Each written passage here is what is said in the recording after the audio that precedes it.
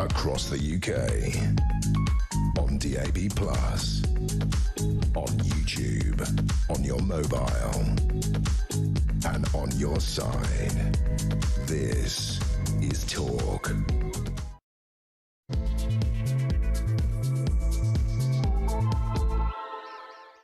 A very, very good morning to you. This is Talk, the home of common sense, with me, Julia Hartley-Brewer. 3 minutes past 10 is the time, and thank you very much indeed for joining us, whether you're listening on DAB+ radio or you're on your smart speaker, maybe you're watching on YouTube or you're connected to us. Thank you very much indeed for joining us. Just a reminder, I'm going to be nagging you all week about this, because as of next Monday, which is the 1st of December, and again, I'm still in absolute shock that basically this year is over. Our Talk TV app is going to be on the move. It's going to disappear. It's not going to exist anymore. But everything is moving to our Talk app. See what we did there? We're just pretending it never happened, which is the best way to think about it, I think. And so you'll need to download the Talk app from the App Store or Google Play. So we're just going to stop for a couple of minutes while you do that now. We should put some music ready, shouldn't we? Right, have you done it? Right, anyway, if you need to do that, please do that, and then you make sure you won't miss a single thing. Anyway, we're on all the way until 1 o'clock before Ian Collins takes over. And if you do miss anything from my show, you can go to my YouTube page, the Julia Hartley-Brewer Show. Hit subscribe, and you never have to miss a thing, you lucky, lucky things. Now, we're going to be talking a lot this hour about both Rachel Reeves and Nigel Farage in the news for rather different reasons. I'd love to hear your thoughts on either of them, really. Rachel Reeves has said it's not a pick and mix budget. This, she told Labour MPs last night, you have to accept the whole thing, but it's going to be progressive, going to tax those awful rich people. Oh, hate them. Oh, boo, hiss. But yeah, she's also going to tax working people, which pretty sure was in the manifesto was something they weren't going to do. Now, whether that is actually cutting your £20,000 ISA or cash ISA that's tax-free, the allowance for that for people to save really safely down to just £10,000, or whether it's basically those thresholds on your income tax going up and up and up, so you can be on a really normal average income and still be paying more tax, you name it. Very rich, of course, going to be hit by the mansion tax. If you buy a milkshake, you're going to be hit by that, you name it, they're going to be hit. That said, as an extra 15 billion quid goes on welfare, astonishingly, meanwhile, disability claimants are going to be cut off from leasing BMWs and Mercs through the taxpayer subsidised Motability scheme. Basically, ministers raised concerns it was unfair to working families who largely can't afford to buy BMWs and Mercedes. It's quite extraordinary that was ever allowed, it really is, and well, proof is in the pudding where they do actually ban that. But we are also going to be talking about Nigel Farage. He's very much in the news. He said he did not racially abuse fellow pupils while at school in the 80s in a hurtful or insulting way. This follows reports from that the Reform UK leader allegedly made racist and anti-Semitic comments while he was a pupil at Dulwich College, an independent school in South London. Mr Farage said yesterday that the racism claims was just banter in the playground. It was 50 years ago. I'd love to hear your thoughts on that. What's your reaction? Does it matter what he did when he was at school, what he said? Do you think that he did or did not say these things? An awful lot of people have said they think he did say racist or anti-Semitic things.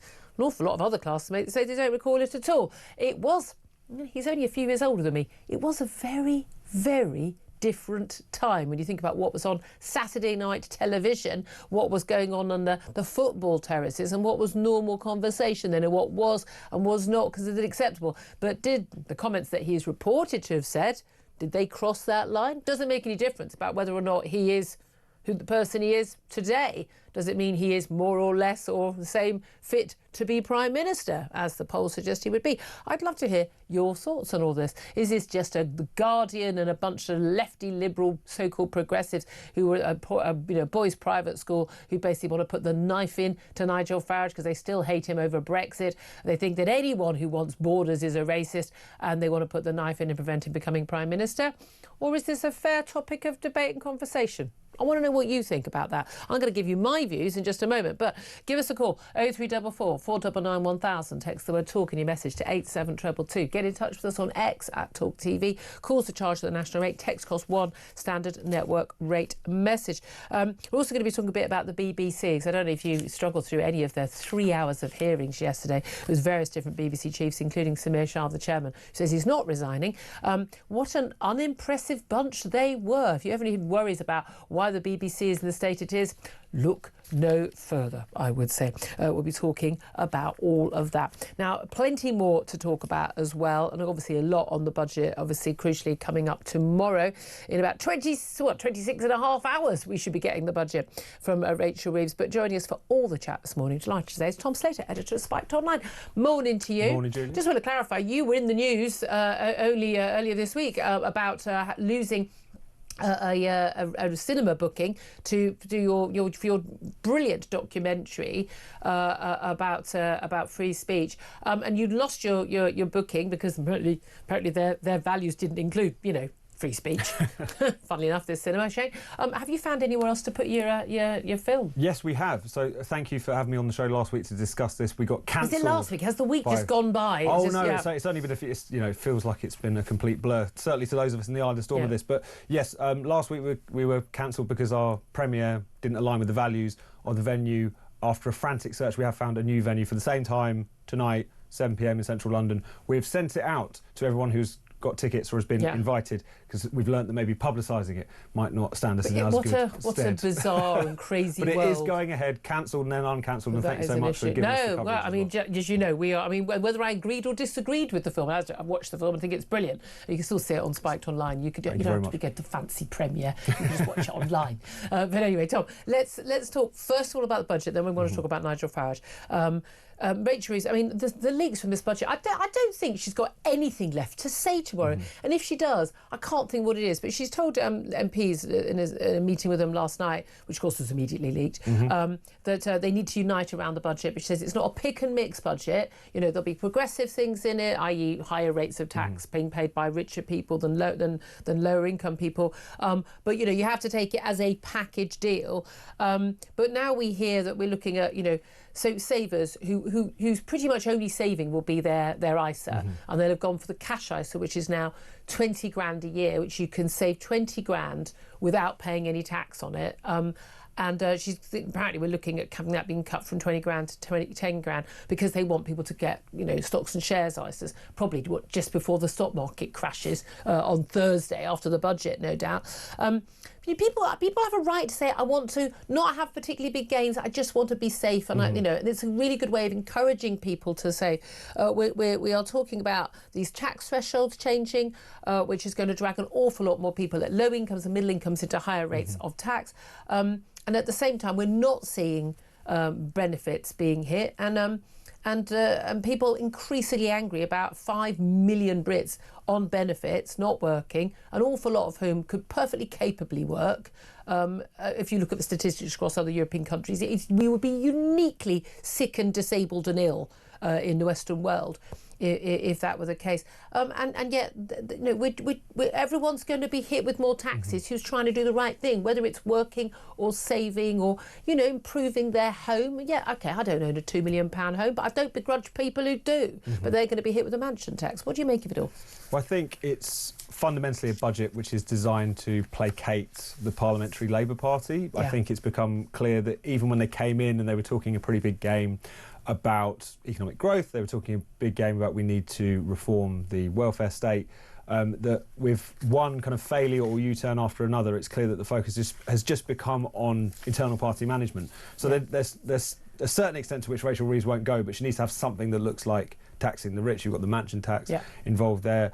The politics of envy is very strong among Labour backbenchers. Exactly, and even though it will barely touch the sides in terms of being able to actually genuinely help the public finances or the economy more broadly, it just feels good to them. So that's something which they're willing to, which is clearly part of the picture. But also there's an element, isn't there, where you can go, oh great, OK, the rich are being taxed more, fine. But if you are struggling to pay your energy bill right now, you're worrying about, oh God, it's another cold couple of days. Can I afford to have the heating on? And you're worrying about food and putting petrol in the car and everything else. I mean, it doesn't make any difference whether they're paying a bit more tax or not. If your taxes are going up, whether it's VAT or just your income tax, it still hits you whether they pay more or not. No, exactly. And it's one of those things where people are really going to feel it. That's why I think even though there are going to be some things in this budget which do look like soaking the rich, that's not how it's going to be interpreted. I think people are going to see, oh, I can't save in my ISA in the way that I could to the same extent. There's extent to which people feel as if things like around the kind of salary saving schemes being taken away from them is another way in which people doing the right thing or trying to be sensible about the future is being penalised. And I also just think politically this is going to land terribly. I mean, I don't see any plaudits coming from any section of society. But that will be people being sexist. Because we've established, because Rachel Reeves has doubled down after that FT interview at the weekend about how all the criticism and women get more criticism in public life and it's misogynistic. And she hit back yet again in this meeting with MPs about misogynist. I mean, people call her Rachel from accounts to mock her from the fact that she comes across as such an also-ran mediocre nobody who lied on her CV and claimed to be an economist at a major bank when in fact she kind of worked in the back room dealing with complaints. I mean, that's why people are mocking you. It's not because you've got breasts and a womb. I mean, I'm sorry, it's embarrassing that she claims that. It is really embarrassing, and it's also, it'd be one thing if this was a flippant line or something that they thought that they float out there in order to get some positive headlines in the press, in the left-leaning press. This is clearly what she actually thinks, and that's almost much more dangerous. Like, if you're really that self-victimising, if you're really that impervious to criticism, if you genuinely do believe, like a kind of Tumblr feminist 10 years ago, that any criticism of a woman in a position of power is de facto racist, then not racist, sorry, it's misogynistic. Oh no, it's probably that too. It's probably that too as well. Then of course, it just shows, it's another reason to show she's not fit for the office in which she's currently holding. I mean, and that's the thing, and it really undermines other women as well, but also this idea, the bond markets are probably sexist and misogynistic as well. But again, they didn't have a problem. After Liz Truss, didn't they? They didn't go, Poor old Liz Truss. Yeah, they didn't go after Margaret Thatcher, they didn't, I mean, they didn't go after Theresa May. I mean, come on, this is just an absolute nonsense. Yeah, no, it is, and it's desperate. And I think this government realises that it's fighting for its life, really, so it's becoming more erratic in what it's doing. The fact that going into this, we were being very clearly told through various kind of kite-flying interviews that there was going to be, a couple of pennies more on income tax and all of these potentially manifesto commitment-busting pledges, and then to row those back, it's not even that it's got a plan that's unpopular and it's ploughing ahead with it. It hasn't got a plan and it's driving all around. There absolutely is no plan at all. And we know the voters in the polls are basically saying, look, you're in the last chance saloon now, but, okay, and maybe it's for kids' time. I mean, she apparently said she's going to be here next year and the year after. Oh, sweetheart, sorry to be misogynistic. You won't be. Rachel Reeves, I'm telling you right now, tomorrow is your last budget. Enjoy it. Enjoy it, because it will be your last. Rachel, I mean, the question is, who is going to take over? Will there be will there be another Labour leader with another Labour chancellor? Will there be a general election? I mean, will there be a run on the pound? I mean, who knows? And would there be elections as a result of that? Well, there seems to be a lot of concern about Nigel Farage becoming the next Prime Minister. That's what the polls say. Pretty much no matter what, that's what the polls say. Look, things can change a heck of a lot in a week, in a month, in a few years. But what do you make of this criticism of Nigel Farage over stuff that he said at school? No one's saying he said this at university or the years after. I don't probably went to university or not, but I can honestly say categorically, I've known that man for many, many years, and I've never heard him say anything racist or anti-Semitic or anything like that ever. In a drunken lunch, in a pub, in a bar, never heard that at all. And it is interesting that these allegations are from people who was at school with many years ago. It's not just one person; it's a number of people. There's some teachers talking about some of the things. There's sort of Nazi salutes, saying Sieg Heil, telling a Jewish student, the Hitler was right. Put you back in the gas chambers. There were some nasty anti-Semitic chants that were very common on the football terraces in the 80s as well, and some lots of bigging up of Enoch Powell. But again, a very well-respected figure for many years. If you look at the tributes paid by Tony Blair when he died, I mean, he could be one of the greatest minds of his generation, or similar words. Nigel Farage has dismissed it as playground banter, but his denial, and bearing in mind a lot of these allegations came out from Michael Crick in a book he wrote a few years ago, and in reports he did for Channel 4 before that. So these aren't particularly new. We've known about these for a while. I'm going to play a quick clip of what Nigel Farage said in a pooled interview yesterday about these allegations and what he has said in response. Have a watch and a listen.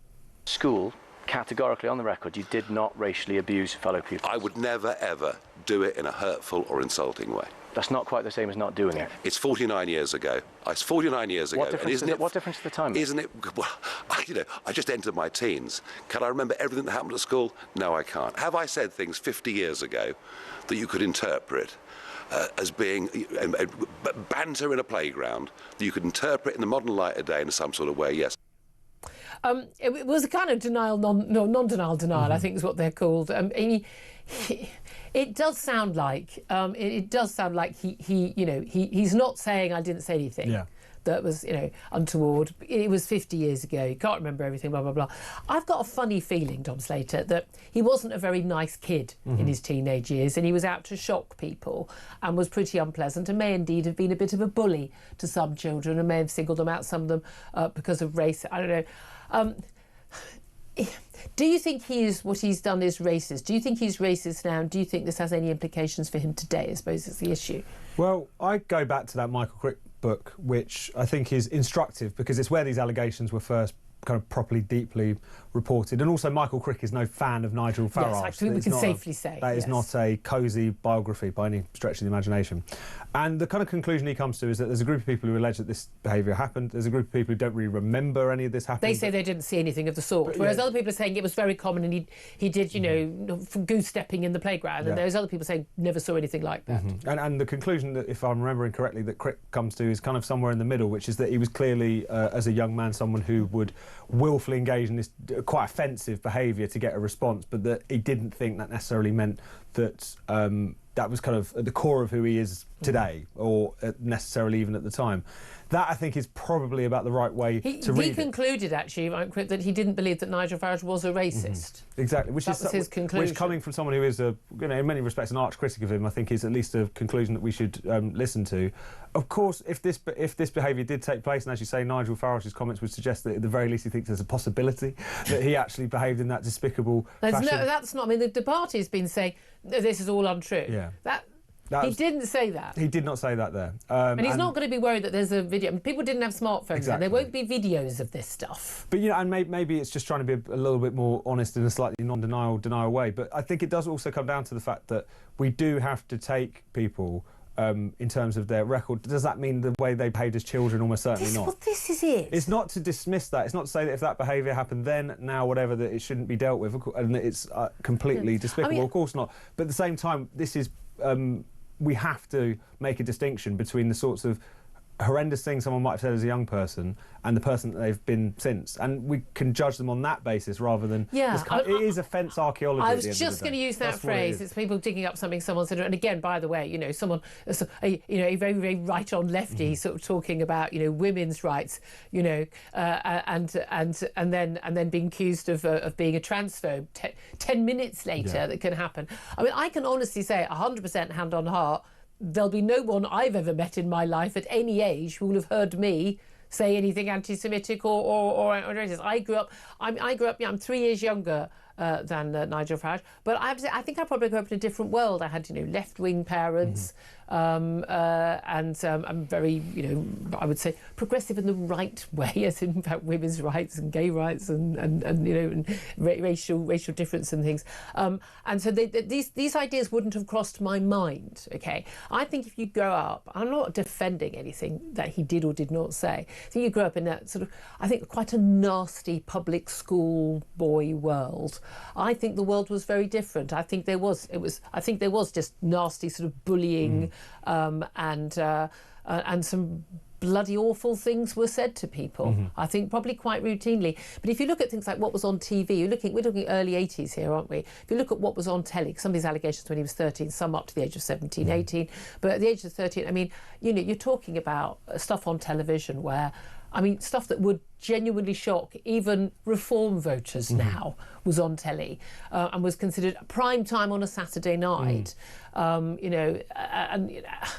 I think the world was just a very different place. There's also an element where, again, I'm with you. I just think, it's a long time ago. If he said those things when he was 30, I'd be like, well, OK, I've got some big question marks, please, Nigel. And Nigel Farage, please come on any time to discuss this. But, I mean, I just think this whole idea that you are the person you were when you were 13 or even 18, is absurd. Especially when you're 60. I mean, he's 60 years old. Yeah. People change. And if there was evidence that he'd said something similar to this, or that he had turned a blind eye to racism, that man has booted out people from more parts. The reason he's got so many enemies on the right is he keeps booting out people who he perceives to have been racist. So, it's, you've got to judge people on what they do and what they say in the here and now and in their recent adult history, rather than some... Frankly, it sounds like pretty sodding, horrible comments, bullying comments that he did or did not do in his early teens. No, exactly. And because Nigel Farage has been on the political scene for as long as he has, there's plenty of record to look at. And if anyone wants to take issue with any of that, absolutely they should. There is a certain point in which if we're digging up what people said as teenagers or as young men as a means to get at them now, it does start to demean politics. It just becomes a way of trying to bring people down via any other means. But also it doesn't allow people... I mean, these are the same people who think that, you can reform a rapist and a murderer and, and a terrorist. These are the people who genuinely think you can reform somebody who has blown up children in a terror attack, OK? And the same people would say, but Nigel Farage may or may not have said something nasty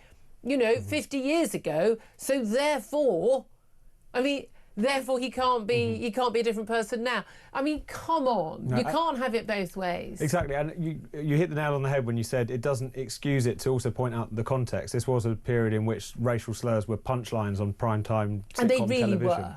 were. This was a time in which racism throughout society was really rife to an extent that it really isn't today, despite the claims of The Guardian and other newspapers like that. Does that excuse what happened? No, but that at least means that it's not. It needs to be kind of looked at in that context, especially when you're talking about a young person rather than someone who's gone into their adult life taking some of that residual kind of. I hate to tell you again, if you ask the views of most of our grandparents, certainly of my age, they'll say things you go, oh, you shouldn't say that. I'm sorry, but that's what was normal language or, comments. I mean, this comes, by the way, David Lammy, our Deputy Prime Minister and Justice Secretary, was asked who his childhood role models were, but life, he's graduated over his life, and he names Bill Cosby, who has been accused of numerous rapes and sexual assaults. I know there's some technicalities got off of something, but the numerous number of allegations, very convincing allegations from women. But of course he's talking about him when he was this incredibly important figure on American television as the first sort of middle-class, respectable, not a criminal. Black people, particularly black men, were portrayed basically you were a criminal or a drug dealer or a pimp on American TV, and suddenly you had this middle-class doctor married to a middle-class lawyer, being a great dad and a great husband. This was absolutely game-changing TV in America at this time. And he's sort of saying, obviously, again, we can all mock David Lammy because the man is a fool, but he's making the point that at that time it's really important. Yeah, because at that time the world was very different, but now we know different things. But isn't that the whole point? No, exactly. And I think this is another good example of how this is revealing about David Lammy only insofar as he keeps putting his foot in it. Even if you wanted to say that I really appreciated Bill Cosby's early work, shall we say, you don't say that if you're a prominent politician, because it's only going to be... Think of someone else. Think of someone else. I know. Well, I'd love to hear your thoughts. I have to say, I asked that. The ball's already completely lit up. 0344 499 1000. Give us your thoughts on Nigel Farage and these allegations and his response. Love to hear your thoughts on Rachel Reeves. Again, we're all misogynist. And it's not a pick and mix budget, but we're all going to be here. I don't think anyone's going to come out of this budget least of all the Chancellor. Maybe she'll have to go back to dealing with complaints at HMOS. Maybe that's where she should have been all along. Me, the sexist. 10:26 is the time. I want to hear what you have to say. This is Talk. We are the home of common sense.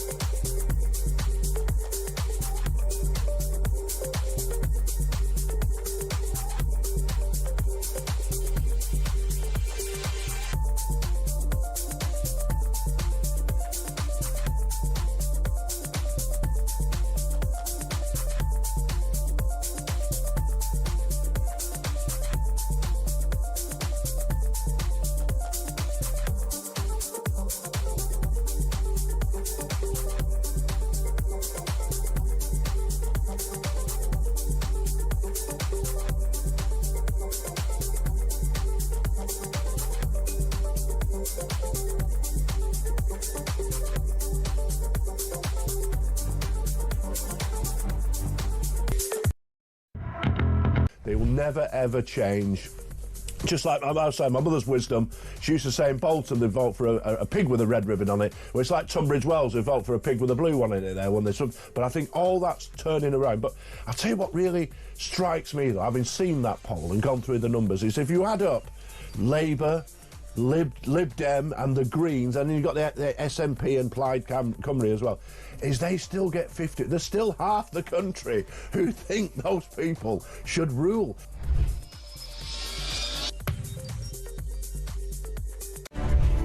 In terms of your question around taxes, there are no additional tax rises needed beyond the ones that I've set out.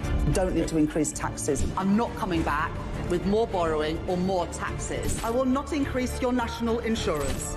I will not increase your VAT, and I will not increase your income tax. We don't need to come back for more. We've done that now. We've wiped the slate clean. The economic circumstances have declined, deteriorated since a year ago. We are happy. Across the UK, on DAB+, on YouTube, on your mobile, and on your side. This is Talk. This is Talk the Home of Common Sense. 10:30 is the time. Let's get straight to your calls and your text messages. 0344 499 1000 is the number to get in touch about Nigel Farage. In fact, that's pretty much all the calls are on Nigel Farage. Don't worry about the budget. Let's talk about Nigel Farage. Herbie is in Harrow and wants to have his say. Hello, Herbie. Good morning, Julie. Good morning. You know, politics is a dirty business. If they want to go for you, they will go for you. If there's somebody out there gunning for you, they're going to go for you. These are Mr. and Mrs. Perfect, aren't they? You know, they've got nothing better else to do than to try and trip up somebody. I bet you they're not perfect. I bet you they've got a problem themselves. Julie, when the first programme I went on TV, I went there and I said to, I forget who the presenter was now, I said, I'm here today to find the people with the halo and white wings. And do you know what? I can't find anybody here. Yeah. And it's strange. I said, I bet you they got a skeleton in their cupboard. You know, the man has never done any... I've known Nigel for years. I've never heard him say a nasty thing about anybody to anyone. Okay, he might have some, you know, people in his party that are not very... they get him in everything. I'm just so annoyed with the way things are going at the moment. It's just unbelievable. You know, the man's genuine. You know, look at him today. Base him on what he's doing today. This is the thing. I think that's where most people are. They think of this as a gotcha. But bearing in mind, a lot of these people who said these things to The Guardian, you know, again, it's The Guardian. And an awful lot of these people are, you know, you can... I'm sorry, but they're, you know, they're central casting sort of, you know, liberal Remainer lefties, a lot of them. Doesn't mean what they're saying isn't true, but they've got an axe to grind. And bearing in mind, these people think that we're all, like 52% of the population is either racist or stupid for voting for Brexit. That's why they hate him. But, Julie, look, life changes. Look, I've got a difference of opinion today than I did last week. I've got a different opinion. I might have a different opinion tomorrow. Yeah. You know, we're human beings. We come in and go out of things of favour. You know, that's what life's all about. Yeah, exactly. Listen, Herbie, I voted for Tony Blair and I voted Lib Dem.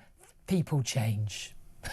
I tell you, Herbie, thank you so much for your call. Couldn't agree with you more on all of that. Matthew is in Cheshire and wants to have his say. Hi, Matthew. Good morning, Julie. It's an absolute pleasure to hear your voice. Oh, absolute pleasure. And yours, sir, and yours. Nigel Farage, the scrape in the barrel there. You know, I grew up in the 70s. We had programmes like Love Thy Neighbour, Deaf Doers Part, Mixed Blessings, Mind Your Language.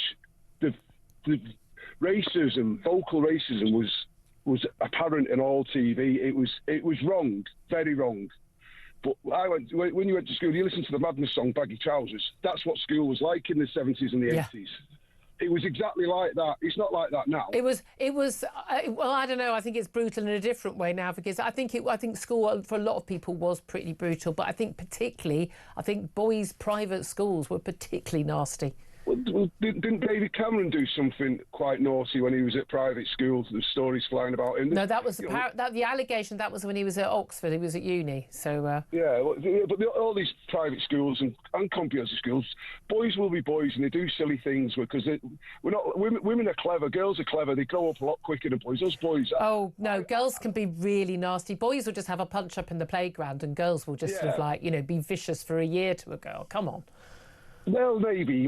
Well, I'm trying to show me feminist side. I always find girls a little bit. Yeah, girls can be a little bit naughty, but when we was at school, we did the goose march and we did daft things and just messed around. And I just think the more these other people dig Farage out, the bigger more popular they're going to make him. I think you're probably right. I really think you're probably right. Exactly. And again, I think people forget different times. I mean, such different times. I mean, one of the chants that he's accused of is that apparently was completely normal on the football terraces. Again, it doesn't make it right. It doesn't make it right. But I don't think we can hold everybody up to. It's like the whole sort of holding Britain up to the standards right now and our views on slavery to 300 years ago. Different times.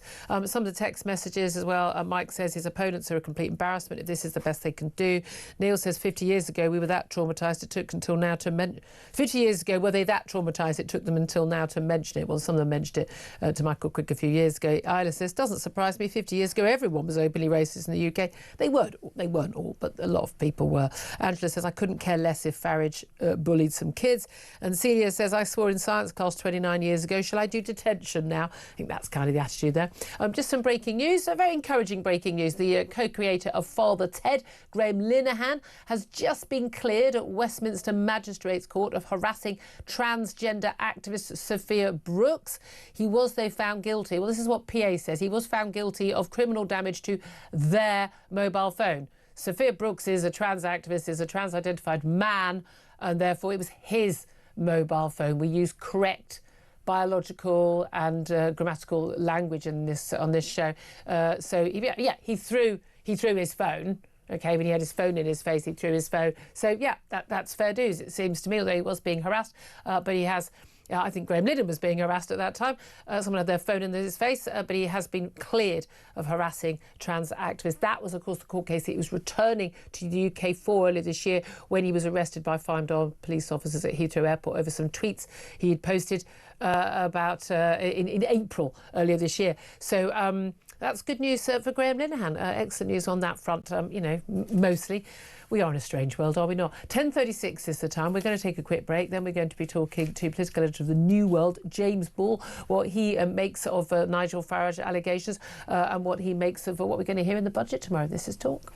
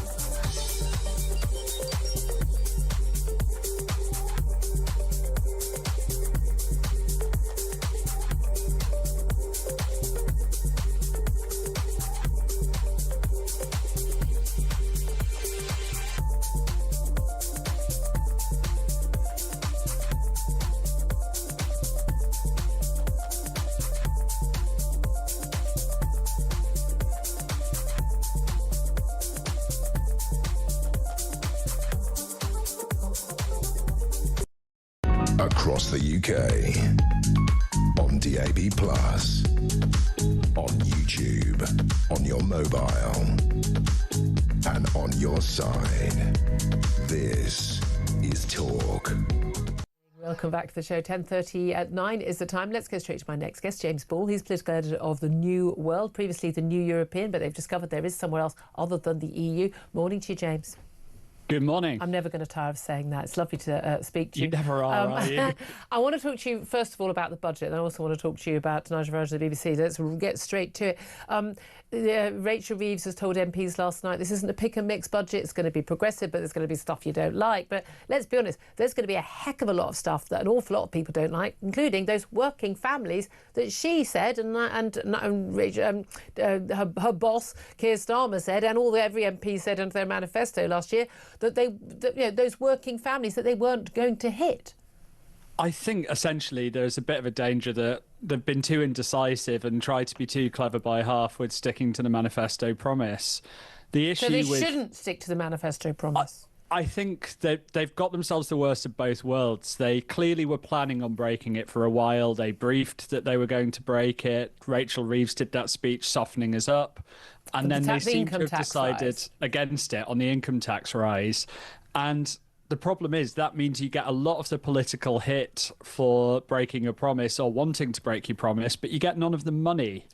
And the thing with big taxes like income tax, national insurance or VAT is if you raise them, yes, we all hate it, but it raises a lot of money. And if you needed that money and you don't have it now, you've got to do an awful lot of fiddling with little taxes to do it. And a lot of those little taxes really irritate us. You know, they hit a few people very hard, or they annoy us in lots of ways. They're visible. And so if it's a budget with 20 or 30 little tax rises, instead of just grasping the nettle and doing income tax, I don't think it would have been popular to break the promise and raise it, but they do risk taking the political hit and not getting the cash and still having to find money elsewhere. And I mean, there's a very fair point. And the interesting thing is, I mean, trust in politicians is at virtually zero anyway.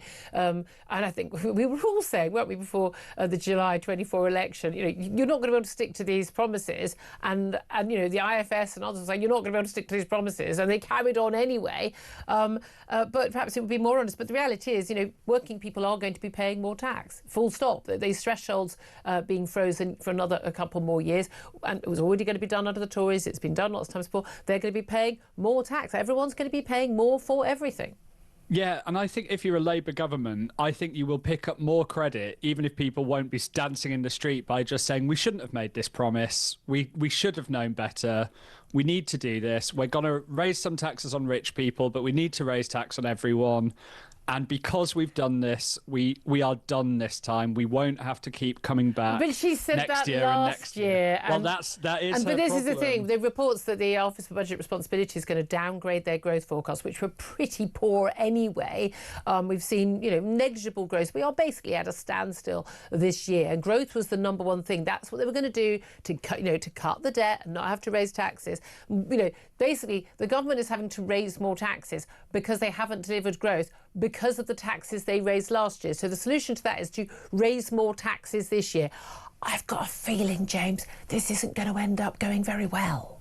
We're growing about the same as everyone else. Amazingly, we scraped being the first in G7, which tells you how bad it is everywhere. Look, I'm not trying to turn around and go, this is amazing, but we're among the least awful of the awful economies. I mean, this is not. But we've also got a huge amount of debt. Okay, we haven't got the highest debt ratio as France or other countries, but we're paying more for our debt because they don't believe the money markets, whether people like it or not, the money markets do get to decide the borrowing costs. They don't believe that this government is on top of things. We've got more benefits going out. The polling is very clear. Look, people never want their taxes to go up, but people also usually want spending to go up. But they're quite clear now. They want benefits cut.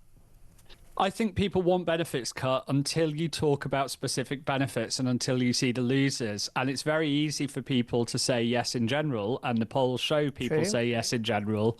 And then when you get to individual benefits and when you see what it's there, the public opinion goes down a lot. You think the public's going to change their mind about someone who says, I'm a bit anxious on a Monday from being allowed to not work for the rest of their life, or that they're going to change their mind on the two-child benefit cap? Because the public, including Labour voters, more than half of Labour voters even, don't want the two-child benefit cap scrapped. Why? Because they know perfectly well the families in their own street who are taking the mick. I think there are some policies a government should do even when they're unpopular. I'm sure you would agree on that. I actually think that two-child benefit cap is one of them. Why? I think it's a small amount of money and it would take 300,000 children a year out of poverty. There are plenty of other ways of taking those children out of poverty. No, of course it's not the kids' fault, it's the parents' fault. You can take those kids out of poverty by the parents getting a job. In most of those families, don't tell me they're working families, they're not. In most of those families, the majority of those families have a working parent. No, they have one parent working part-time at best. If you've got 3 or more kids and you're not both working, which is what most other families do, you're not doing your job as a parent, and you shouldn't be having more kids. Aren't two-parent families. If you're a single parent and you're working 24 hours the majority a week, the majority of them are actually two-parent families, because most of them actually, a huge percentage of them are Bangladeshi and Pakistani heritage families, and they have very few single-parent families in them, as you know, because of the stigma of divorce in those communities. I've lots of friends who are single parents and family members. They've all worked full-time.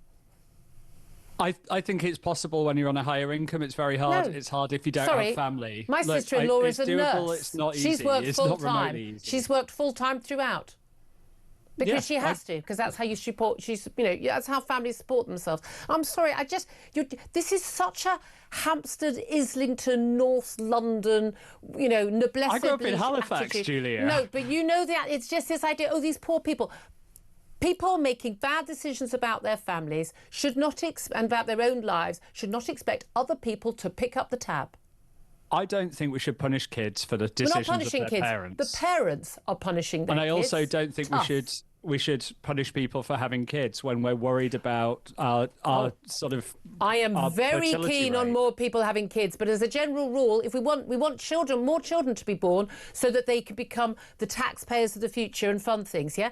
Well, statistically, the children of parents out of work are very unlikely to be the future taxpayers. I hate to tell you. Well, if we make sure there's good children's services and that the kids are less likely to be growing up in poverty, then they're much likelier to have good outcomes as adults and good jobs as adults. Go out and get a job to support your family. That'll be good for the kids for their income and good for their future. Well, we did that with the two-child benefit cap. How's that worked out? It's been hundreds of thousands more kids in poverty, and it hasn't led to the better outcomes. They're not in poverty. It's called relative poverty. They're not in poverty. These kids are not wandering around barefoot, scrabbling around begging for food. What a load of nonsense.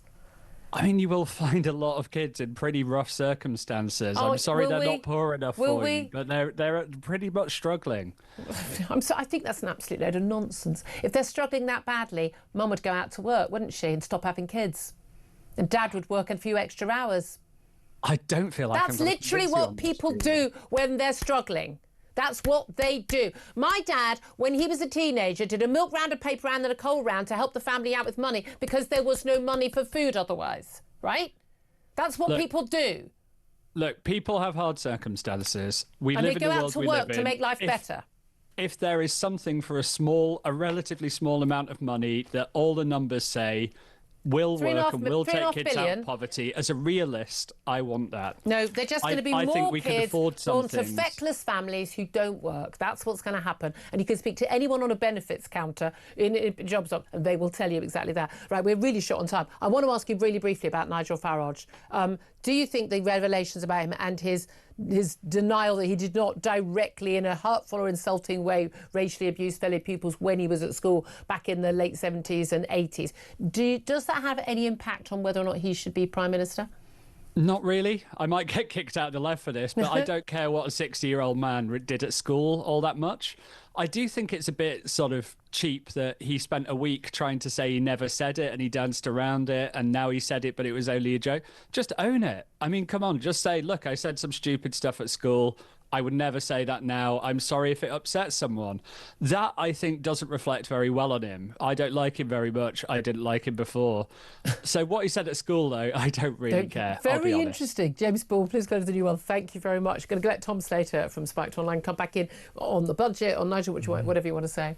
Well, I think James's point there about how they've handled this politically terribly is exactly right. I mean, this government is getting no credit from anyone for the decisions that it's making. And it's almost like it's already dead on arrival, this budget. Completely. We're not even waiting for the pasty tax. No, exactly. And it's not even as simple as saying, well, budgets which are going to squeeze people in the pocket are always going to be unpopular. Budgets at times of economic uncertainty are always going to go down like a lead balloon. You can shape the politics of this. You can make an argument to the electorate that XYZ thing is necessary we need to put taxes up because we're going to build some infrastructure, we're going to do the things that we're going to invest in schools. No, we're just going to give it to some more people on welfare. And so it's one of those things where it's all bitter medicine with no payoff or no sense of where it's going. There's no jam tomorrow. Exactly. That's the trouble. Thank you very much, Dee, for that. 10:49 is the time. I'd love to hear your thoughts on all of that. 0344 499 1000. Up next, going to talk to Defund the BBC's campaign director, Rebecca Ryan. Found out what she made of the... Good Lord, 3 hours of evidence from BBC chiefs yesterday to the House of Commons. I think I survived about 15 minutes of it, but I wonder what she makes of it. We'll talk about that up next. This is Talk.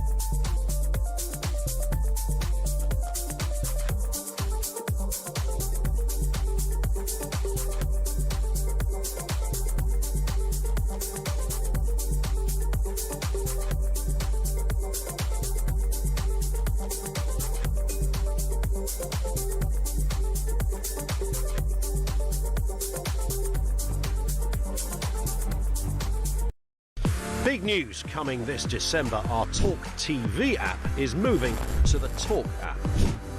You can watch, catch up and listen to all your favourite shows and podcasts anytime, anywhere, all on the Talk app. From Monday, 1st of December, the Talk TV app will no longer exist, so don't miss out. So head over to your App Store or Google Play and search Talk now.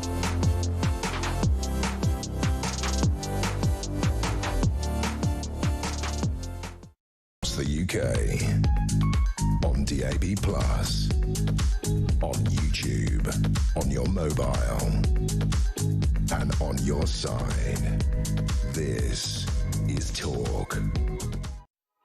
Morning, welcome back to the show. 10:53 is the time. I'm Julia Hartley-Brewer. Let's get straight to my next guest and talk about the BBC.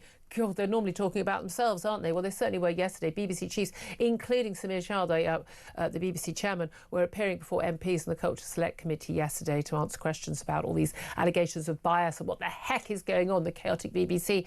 And 3 hours later, some of us were still awake, but most of those who'd walked away from watching it. But I wondered if Rebecca Ryan suffered through all 3 hours. She's campaign director at Defund the BBC. Rebecca, did you manage to go through all 3 hours?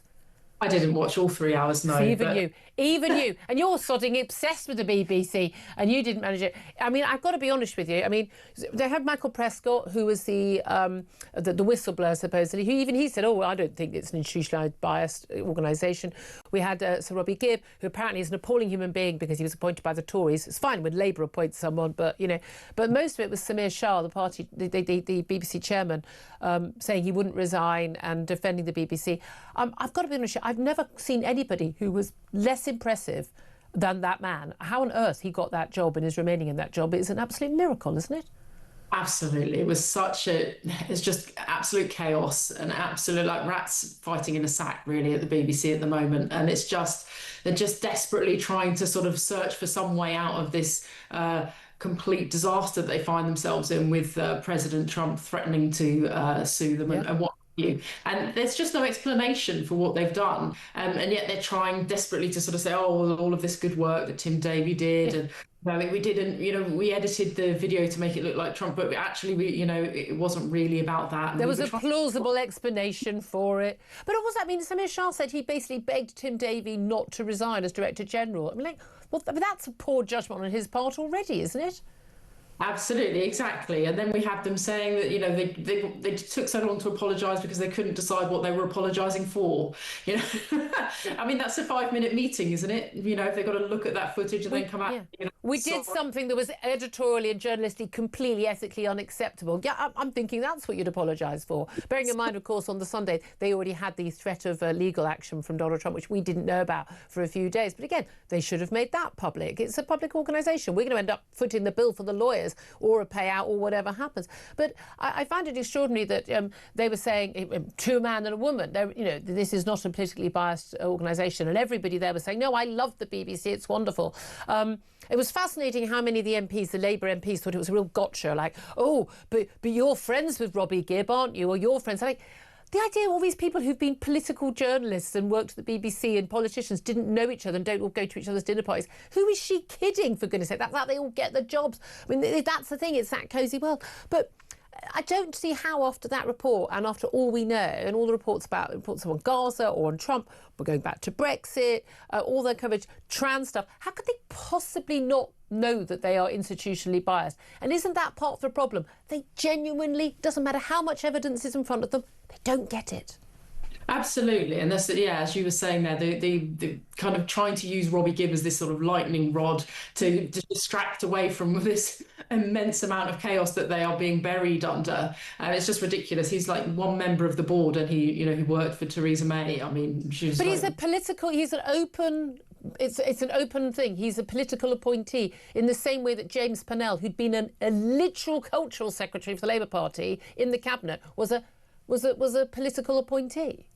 Exactly. And so to turn around and sort of say that he is the cause of all this problem and it was actually his fault that these people resigned, and taking away from the fact that they absolutely should have resigned. If they sat there and said, this video is fine, they literally spliced together two parts of a speech that are so far apart to make it look like he was inciting violence. Yeah, I think that's kind of the least of their acts of immoral acts in the last few years. But it was really interesting that Samir Shah said he's not resigning as chairman because he can't be out without a director general and a chairman at the same time. I'm thinking, by the looks of it, the utter chaos at the BBC, I don't think anyone would notice. They're without both forever. Exactly. Who's going to apply for that job, really? I mean, this is really the beginning. I'll do it. I'll do it. I can have the BBC sorted out and I can have it politically neutral. I'm not saying it, but I don't want it to be biased to my political views. I can have it politically neutral within a week. It would involve a heck of a lot of sackings. You'd got the whole thing, though, I think, wouldn't you? And it would take a long time to try and replace them all. But yeah, absolutely. I think the thing, as you've said, it comes back to the fact that the British people are having to pay for this, if they watch any live broadcast TV whatsoever. Yep. And we're just seeing an absolute mess play out. We've got the elected leader of our closest ally on a global scale saying, I'm going to sue you. That's outrageous. And it's the British people that are having to pay for it. Yeah. And didn't we have, by the way, a woman who was looking after her son with a brain injury in hospital and didn't pay her BBC licence fee and is basically, been taken to court. And not the first time, won't be the last time. British public have had enough of it. And is it something like 1 in 8 people don't no longer pay their licence fee even though they carry on watching television? Exactly, absolutely. And as you say there, it's mainly women and vulnerable people who are being prosecuted by the BBC. It's a huge amount of people. You know, it's only second only to car crimes that are brought through the courts for non-payment of the BBC licence. In this day and age, it's just not acceptable to the BBC to be bullying people on the doorsteps. I have a funny feeling more and more people are going to come over to your argument. I'd like the BBC to stay, but just do the job properly. But Rebecca, it seems to me at this point, you know, I don't even know if they would know how to do that anymore. Rebecca Ryan, who bravely made it through most, but not all, because, wow, she's got a life and wanted to maintain her consciousness, defund the BBC. Thank you very much indeed. 10:59 is the time. We're going to take a quick break, then this is Talk.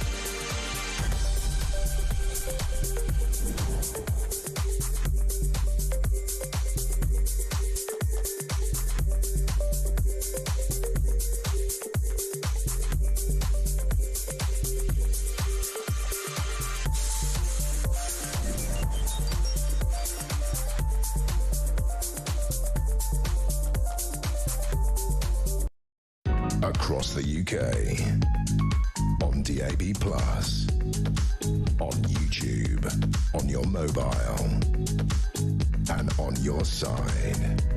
This is Talk.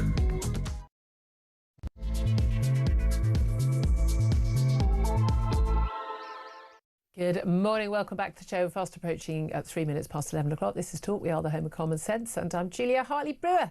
Thanks as always for your company, whether you're listening on DAB+ radio or on your smart speaker, watching on YouTube or your connected device. If you're on our app, got a little bit of naggy housekeeping for you.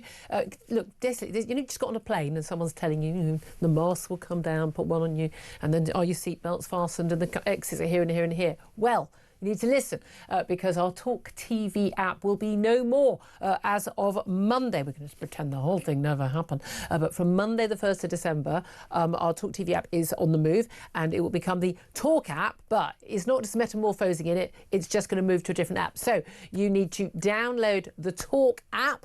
right now on the App Store or Google Play or wherever else you get your apps, and you can find the app, and then that is where all of your favourite shows, your podcasts will be. There's only going to be one place to listen to and watch Talk on your phone. It won't be, as of Monday, on the Talk TV app. It'll be on the Talk app. I mean, come on, it's pretty simple and straightforward. If you're able to download the Talk TV app in the first place, or you, I don't know, did the Google, as my dad would say, then you'll be able to find it this time round. So like the last hour we did have a little few moments while you did that. So if you want, we can just wait. We can just have a little wait. Just talk among yourselves. I'll put the kettle on while you download the app. There. See, done it already, yeah? Already done it. Brilliant. Thank you very much. We so appreciate it. So, however you are listening or watching. Coming up in this hour, we are going to be talking more about the budget. We are also going to be talking about, well, some good news on benefits. We're going to carry on spending, you know, an extra 15 billion quid on welfare benefits for people who, frankly, a lot of them do not need them, because we all want them to go to people who do need them. But one of the things they're not going to be able to do under the Motability scheme is to get themselves a BMW or a Mercedes car. OK, they often have to top up the money they get to do it, but no, not going to be eligible for that, because you've got that sort of top-up money. You probably don't need help from the taxpayer, do you? So we'll talk about that and more on Nigel Farage and what he did or did not say in the playground when he was at school back in the late 70s and early 80s. All that coming up. I want to hear your thoughts in particular. Look, a lot of you getting in touch about Nigel Farage, but your thoughts on the budget as well and the BBC. Whatever the topic, you know you're always welcome to get in touch. Give us a call. But what is your reaction in particular to Nigel Farage denying claims from former classmates that he had made racist and anti-Semitic comments to them at school some 50 years ago? He's dismissed his words as banter. Is that good enough for you? Does it have any bearing on the man he is now, or any bearing on whether or not he should be Prime Minister? Is this a political hit job? What's your reaction? Give us a call, 0344 499 1000. Text the word TALK in your message to 87222. Get in touch with us on X at Talk TV. Calls are charged at the national rate. Text costs £1, standard network rate message. Delighted to say, still with me, locked the door so we couldn't leave. Editor of Spiked Online, Tom Slater. Very good morning to you. Morning. I want to talk about the BBC in a few moments, because you didn't get a chance to come in on our conversation with Rachel Ryan. But let's talk first of all about Nigel Farage, because that is where the audience, I mean, lots of calls, lots of messages on this. And these are allegations that were first made by Michael Crick, actually, on Channel 4, and then in a profile biography of Nigel Farage just a few years ago. And basically, it's allegations from various classmates. It's not just one person, it's quite a few different people who can remember things that they say happened to them, which Nigel Farage said to them, but also other people who saw things. Talk about him goose-stepping, doing the Sieg Heil Hitler salute, singing songs which actually were very common on the football terraces at the time, but some very unpleasant, songs, gas the Jews. I mean, unacceptable in any scenario at any time, I would suggest. And even if we allow for, different times, yeah, I don't think that would have been acceptable to most people at that time. Bullying people directly because of their race, telling people of colour to go home. Here's the door, go home. And just numerous other remarks that are alleged. Other classmates say they didn't see or hear anything of the sort. A former teacher says he remembers there was a conversation, a letter written about why he shouldn't become a prefect because of his views. Another senior teacher saying, that he was, there wasn't any issue and he'd seen it, he didn't think there was a problem. Nigel Farage has, he's previously denied there was anything, this is rubbish, saying, and Reform parties saying this is all untrue.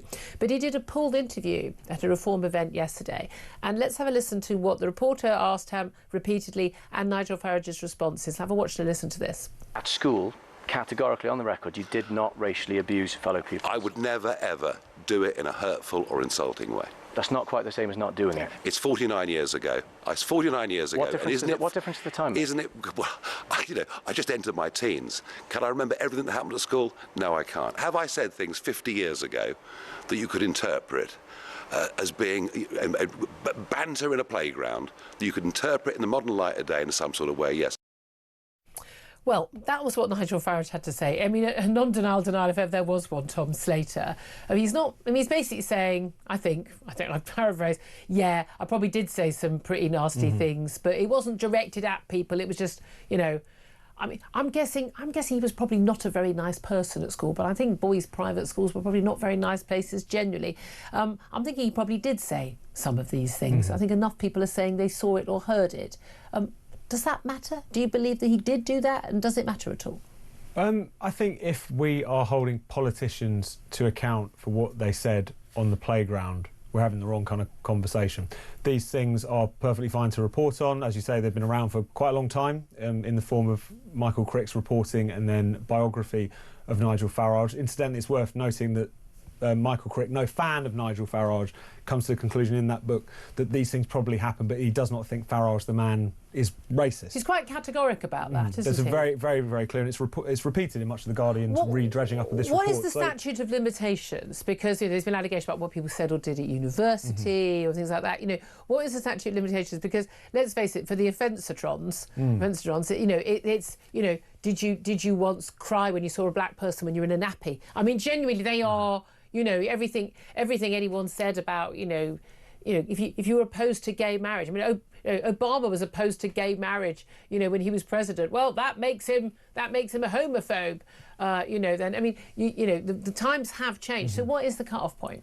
Well, I certainly think I think anyone could agree that what someone as a child or as a teenager has said on a playground, whether or not it was in jest, whether or not it was in malice, to be talking about that 50 years later seems excessive, it seems absurd. Yeah. I think we all know why this is being dredged up, and it's not because of a deep-seated concern that Nigel Farage himself in the here and now is some sort of sinister fascist. It's because of the fact that they have been leading in the polls for 150 on the trot, and therefore these stories are going to be more useful to newspapers and to politicians who want to take them down. Is what a young Nigel Farage is alleged to have said, and he seems to all but be confirming that he did say them in some form, despicable and wrong? Yes. Did a lot of young people at the time maybe indulge in that kind of bullying more so than we would see today? Almost certainly yes as well. Why is this a main political question of the day? I really couldn't tell you. It seems to that's be the issue. demeaning Is of it relevant? And again, are people the same people? And again, as I said earlier, and I've said many times, I've known Nigel Farage for far too many years, and I've never heard him in jest, in inebriated states, ever say things that are remotely racist. And I say I was brought up in a family. I can categorically state. I remember I was listening to this footage this morning, and I'm thinking, yeah, I could answer that question categorically. I did not say that. I have never said this. And the reason why I know that, so I get accused, I mean, of course, I'm accused of being a racist and a bigot and a xenophobe and goodness knows what else on air, on social media, is because I know I've never thought those things, because I wasn't raised like that. And my family would be appalled if I had ever come up with those things. I think boys' public schools in the late 70s and early 80s were probably really pretty nasty places. Doesn't excuse anything. And I don't think, I mean, certainly if I'd met someone who spoke like that to people at school, I would have picked up on it and said something. That would definitely have been unacceptable. But again, when you think about what was on the telly on a Saturday night in the 70s and early 80s, I mean, I'm sorry, most people, certainly most people in their 20s and 30s now would be absolutely flabbergasted if they saw what was considered to be mainstream humour then. What was said on the football terrace, again, totally unacceptable. My husband always talks about, when he first went to football matches, the abuse of black players was, I mean, the stuff that we now see only in sort of, Eastern European matches, because that's where it's happening still, is off the scale. I mean, the world has changed, thankfully. But I'm pretty darn sure that if he did say these things, that he has changed also. And again, what is the statute of limitations? And as I mentioned earlier, I find it very extraordinary that the people on the left who are absolutely convinced that murderers, rapists and even terrorists can be reformed and can change, and that we can't hold people based on, hold things against people based on what they've, even criminal actions that have seriously hurt people, but yet somehow they would hold against a politician they disagree with something that they said 50 years ago. It's absurd. The double standards are there for everyone to see, and I think it's one of those things where there are enough issues going on in the country right now in terms of the economy, in terms of immigration. There's the international picture, which is looking more and more complicated by the day. Why are we spending time, not to dish your show on its running order, talking about what Nigel Farage said when he was 13 years old? That's the central allegation in this report. When he was 13 years old.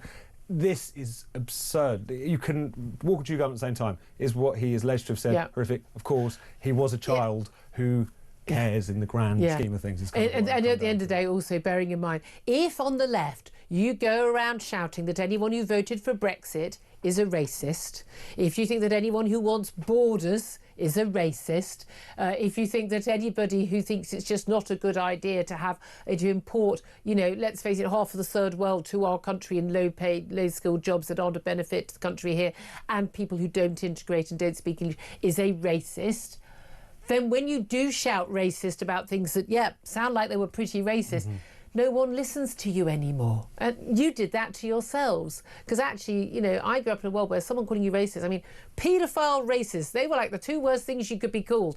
People literally shrug when you say racist. I read about a celebrity's been accused of a racist, what did they actually say? Because the odds are it probably wasn't. It was probably a perfectly mainstream opinion that just doesn't pass muster with the Rokarati. I'd love to hear your thoughts. Give us a call, 0344 499 1000. Get in touch. Love to hear what you have to say on this. Let's talk about the BBC before we go to the budget. We're going to talk a lot about the budget this week, aren't we? So, conversation we just had with Rebecca Ryan from Defund the BBC. Now, they want the BBC just, look, if you want to pay for the BBC, fine. Sign up like you do for Netflix or Amazon Prime or whatever. You're not going to be forcing people under pain of paying a fine or being sent to prison to get you to pay for your BBC. The BBC is gifting them extra support right now. 3 hours of hearings yesterday.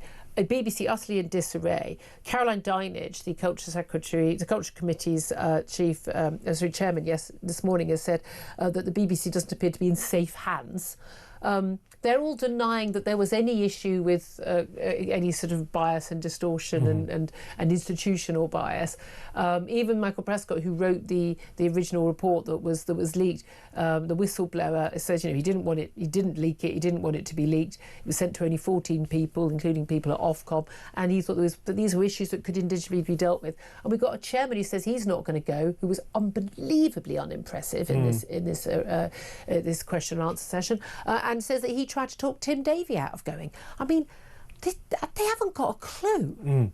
That was what came through. I didn't watch all of it. I watched the Well, of course not, because otherwise you wouldn't be able to be awake now, because you'd literally be in hospital in a coma. It was that boring. Absolutely. And that was the thing, because it was kind of being billed as this is going to be kind of explosive, because the allegations that were levelled against them were so explosive, because that memo was so explosive. And what we ended up with was just a demonstration of kind of damp ineptitude, and I think that was almost more concerning. We all know the problems with the BBC in terms of the bias in its reporting. We all know about that outrageous edit in Panorama to make it look like Trump had directly incited violence, and we all know that where Israel and Gaza is concerned, it's basically been laundering Hamas propaganda for the best part of the past few years.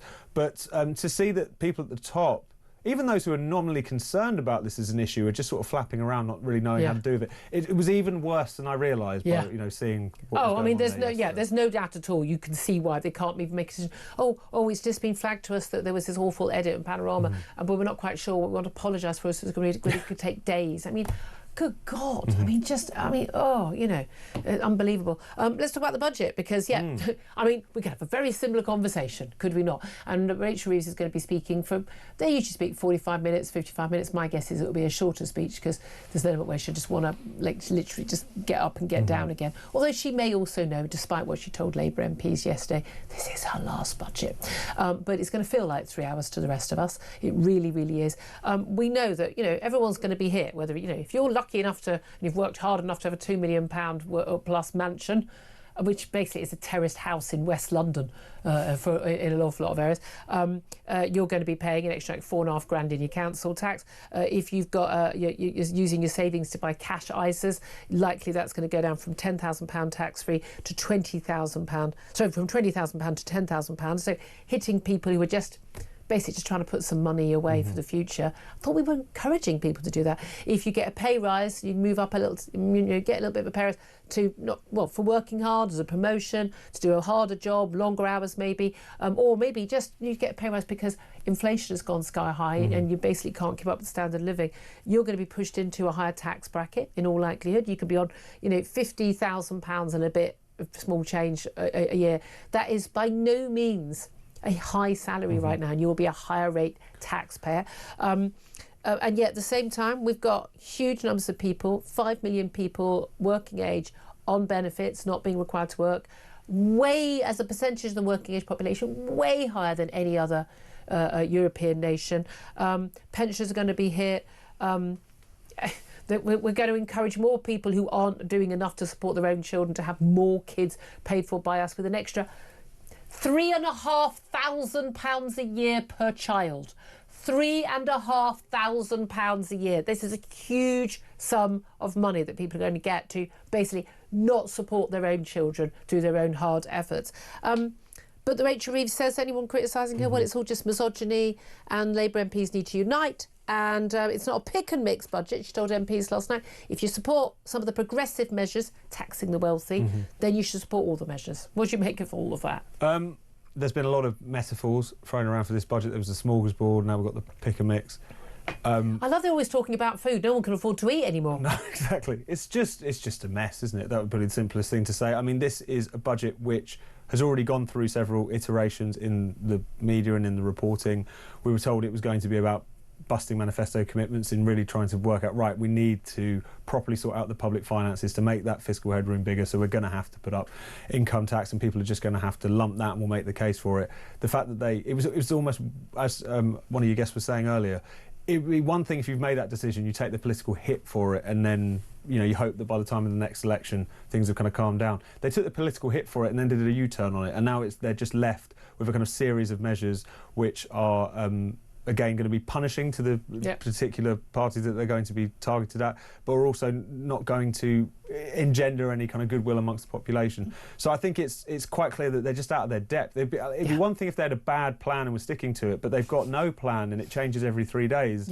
And they don't seem to accidentally come across a good plan ever. No, exactly. And I think a big part of the picture here is that the backbenches of the Labour Party are kind of running the country now, and that's a really bad place to be in, because I think especially when you're talking about people who have got any kind of sense of where the economy is at and what it needs to get growing again, they're the last they people don't get this is the thing. I always find it fascinating, who do you go to for advice? Don't go to people who've been divorced 5 times for marital advice.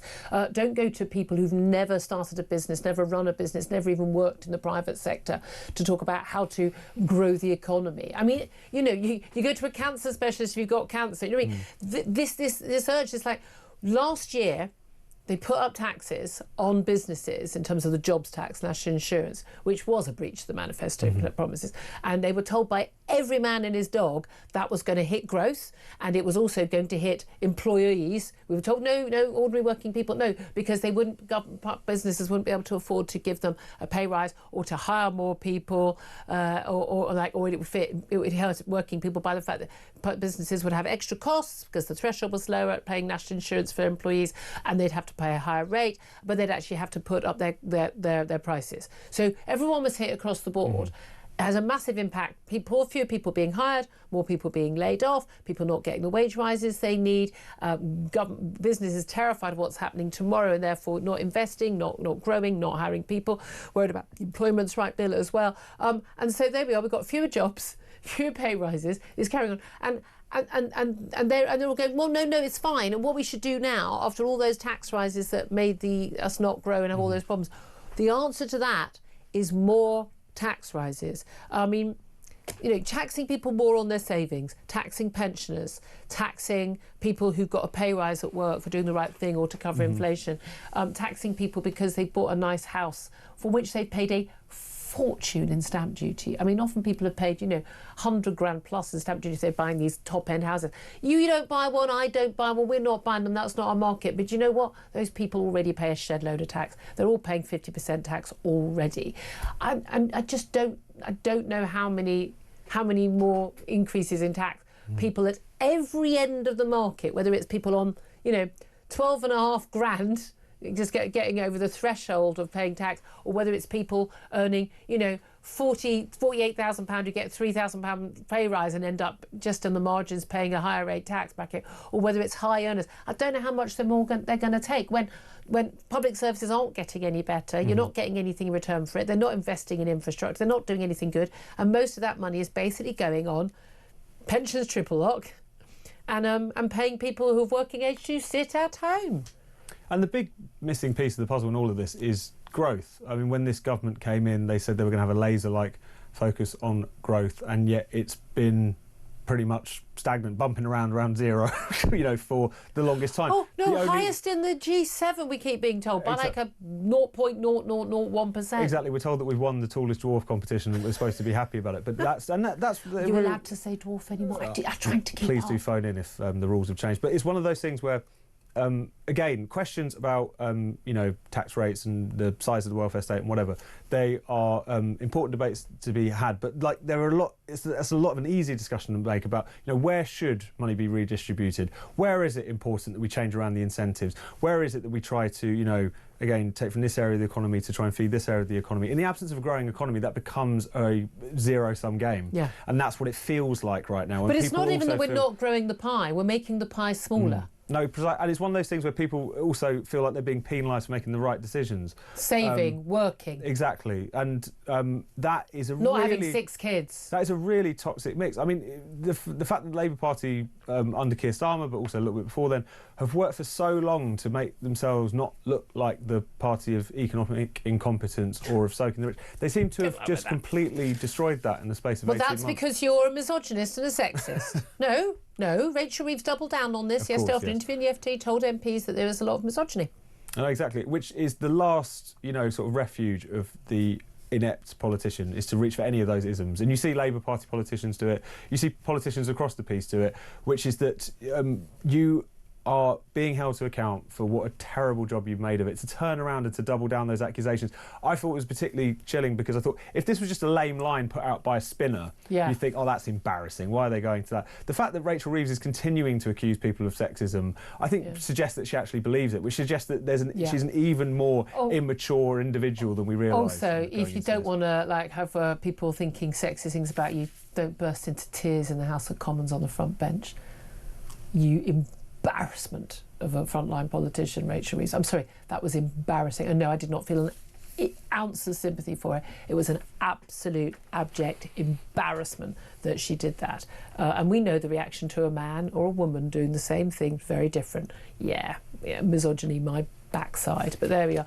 11:25 is the time. Just some breaking news for you. Actually, the last been seeing some of the pictures for a little while now. But 150 firefighters currently tackling a fire which has broken out at a warehouse in West London. There were huge explosions heard by residents. 3/4 of the structure, a 2-storey building on Bridge Road in Southall, is alight. And fire and police were called to 5 to 9 this morning. It's a warehouse and retail space. 25 fire engines at the scene. Large amount of smoke. Residents in the local area being told to keep doors and windows closed. Traffic in the area, of course, expected. The cause of the fire so far unknown, but explosions heard by local people. I'll keep you up to date on all of that. 11:26 is the time. I'm going to take your calls up next. After that, we're going to be talking to Sacha Lord. He was a Labour donor. He was a nighttime economy czar for Manchester. But what does he make of what's going to come in the budget? Bearing in mind that hospitality, which he was very much involved in, has been absolutely broken by what's happened over the last few years and is crying out for help from the government, especially as well. 1/5 of the people in this country work in hospitality. It might be a good idea to keep that industry afloat, eh? Well, we'll find out what he thinks about that, and we'll find out what you think, particularly about Nigel Farage and his accusations of racism while he was at school some 50 years ago. That's all coming up next. This is Talk.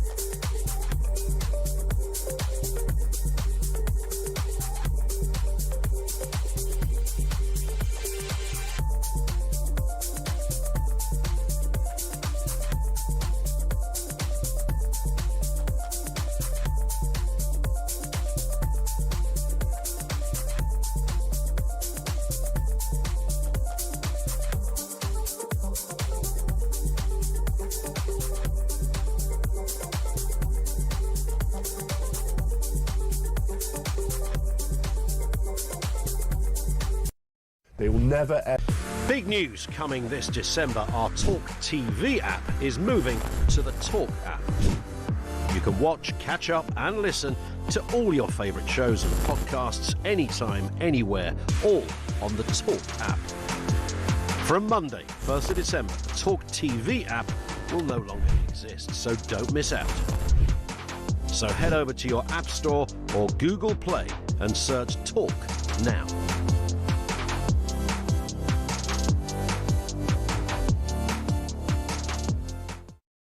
They will never...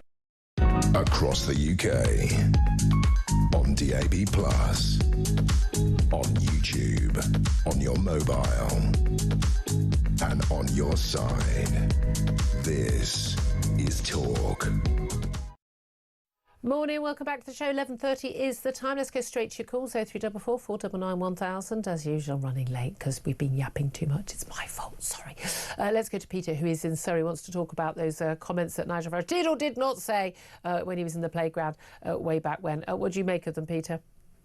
Well, I think they're stooping to very new lows. I think somebody of Nigel Farage's age... Peter, I'm going to stop you, my love. I'm going to try and get you on a better line. I'm going to go to another call and come back to you, but it's such a fuzzy line. I'm so sorry. Let's go to Laura Jane, who is in Hampshire. Hi, Laura Jane. Good morning, Julia. Good morning. Have we forgotten that Starmer went to a communist camp in his youth several times? So, is he a communist? And by the way, that was when he was already an adult. Exactly. So, in inverted commas, Starmer the communist wouldn't want to... I mean, it would explain a lot. It would, wouldn't it? And also, I would not have joined a party that supports Nazi, anything to do with the Nazis. I do have Jewish ancestry, and I certainly would not have done that. And also, that's the Conservative Party chairman. I feel he should go for those remarks. This is Kevin Hollenrake for this retweet. It's a badge. It's a black and gold sort of badge on a football shirt, sort of limited edition for new members of the Reform Party or something, isn't it? Yes. And he basically likened it to a Nazi badge. I mean, genuinely absurd and frankly childish, and I would say offensive as well. The thing is I did say ages ago that party politics was going to get dirty because the other parties are much more scared, and as they go on closer to the election, this is going to get worse. I'm afraid this is the least of the things. Do you think any of it lands a glove on Nigel Farage, given that he was called racist simply for supporting Brexit? Goodness me, I mean, within families, my own included, one of them certainly was a teenager, and at the time I remember some of the things he said, and I wouldn't repeat them on the radio. Please don't. And, you know, quite frankly, young people in some of these private schools, especially, as you said, single sex, goodness me, what they said. And that's part of growing up. You say things, he may well have said those things. I mean, he was probably a very white, right-wing young man from the word go. So what? As we see, Starmer was very left-wing / communist from the word get-go. They can't have it both ways. Yeah, you can't have it both ways. Yeah, but also it is a point that Nigel Farage and lots of people who criticise him on the right are people he's thrown them out of his parties because of racism. I mean, he's been very, very clear on that. Really appreciate that call, Laura Jane. Thank you very much. Unfortunately, we're struggling to get Peter back up on a better line. Maybe we can get him on a bit later in the show. I do want to hear what he has to say, but Paul is on the line in Cardiff. Hello, Paul. Hello, Julia. Hello. What do you want to say, my darling? Well, it's just pathetic how politics are going now, and the two main parties are scared stiff of. They are. And that's why they're digging up as much dirt as they can, and whoever they can get to dig up the dirt to speak to as well. And the other thing you said earlier on about the 60s, 70s, and 80s, the programs that were on the telly. I mean. They wouldn't be anywhere. You wouldn't be allowed anything on the television like that now. A very, very different time. This is so true, Paul. Thank you for that. Those of us who are a bit longer in the tooth remember all this. 11:34 is the time. Up next, we are going to talk to a former Labour Party donor, Sacha Lord. He's also Andy Burnham's a former nighttime economy advisor for Greater Manchester about what on earth he's expecting to hear in tomorrow's budget. Put it this way, I don't think he's optimistic for the hospitality sector. That's up next. This is Talk.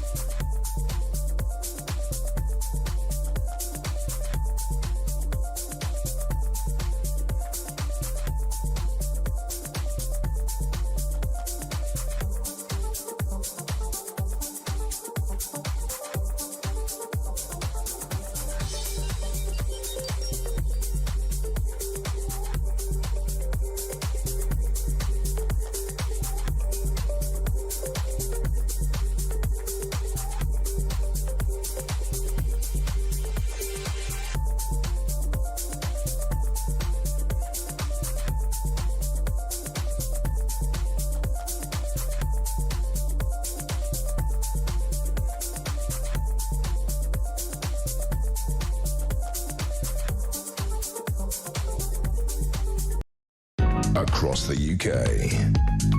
On DAB+, on YouTube, on your mobile, and on your side. This is Talk. Good morning, welcome back to the show. 11:36 is the time. Tom Slater is still with me, and I'm Julia Hartley-Brewer, and we've been talking about the budget. Let's get the views of somebody, very much concerned about how the budget's going to impact business, but particularly the hospitality sector. Sacha Lord is a former Labour Party donor, very much emphasis on the former there, and he was also former nighttime economy advisor for Greater Manchester to Andy Burnham, and joins us. Good morning to you, Sacha. Morning, Julia. Thank you very much indeed. Look, you've been involved in setting up festivals, nightclubs, and we've had some good nights out, have we not, as a result? As I know you just mentioned to my producer about the last time we saw each other, but we'll come to that. But I mean, people talk about the nighttime economy and they talk about hospitality, and they're very casual about it. And as we discussed again and again every single day on my show during lockdown, it's like it is one of the major employers in this country. It's a huge backbone, not just of our economy, but also of our local communities, local pubs, local cafes, restaurants and the like. What hope do you have that Rachel Reeves, who's not got a very strong track record on helping business, given her last budget, is going to actually help those businesses that you care so much about? I don't have any hope whatsoever, to be honest, Julia. It's just not going to happen. What she did at the last budget by raising the national insurance crucified my industry.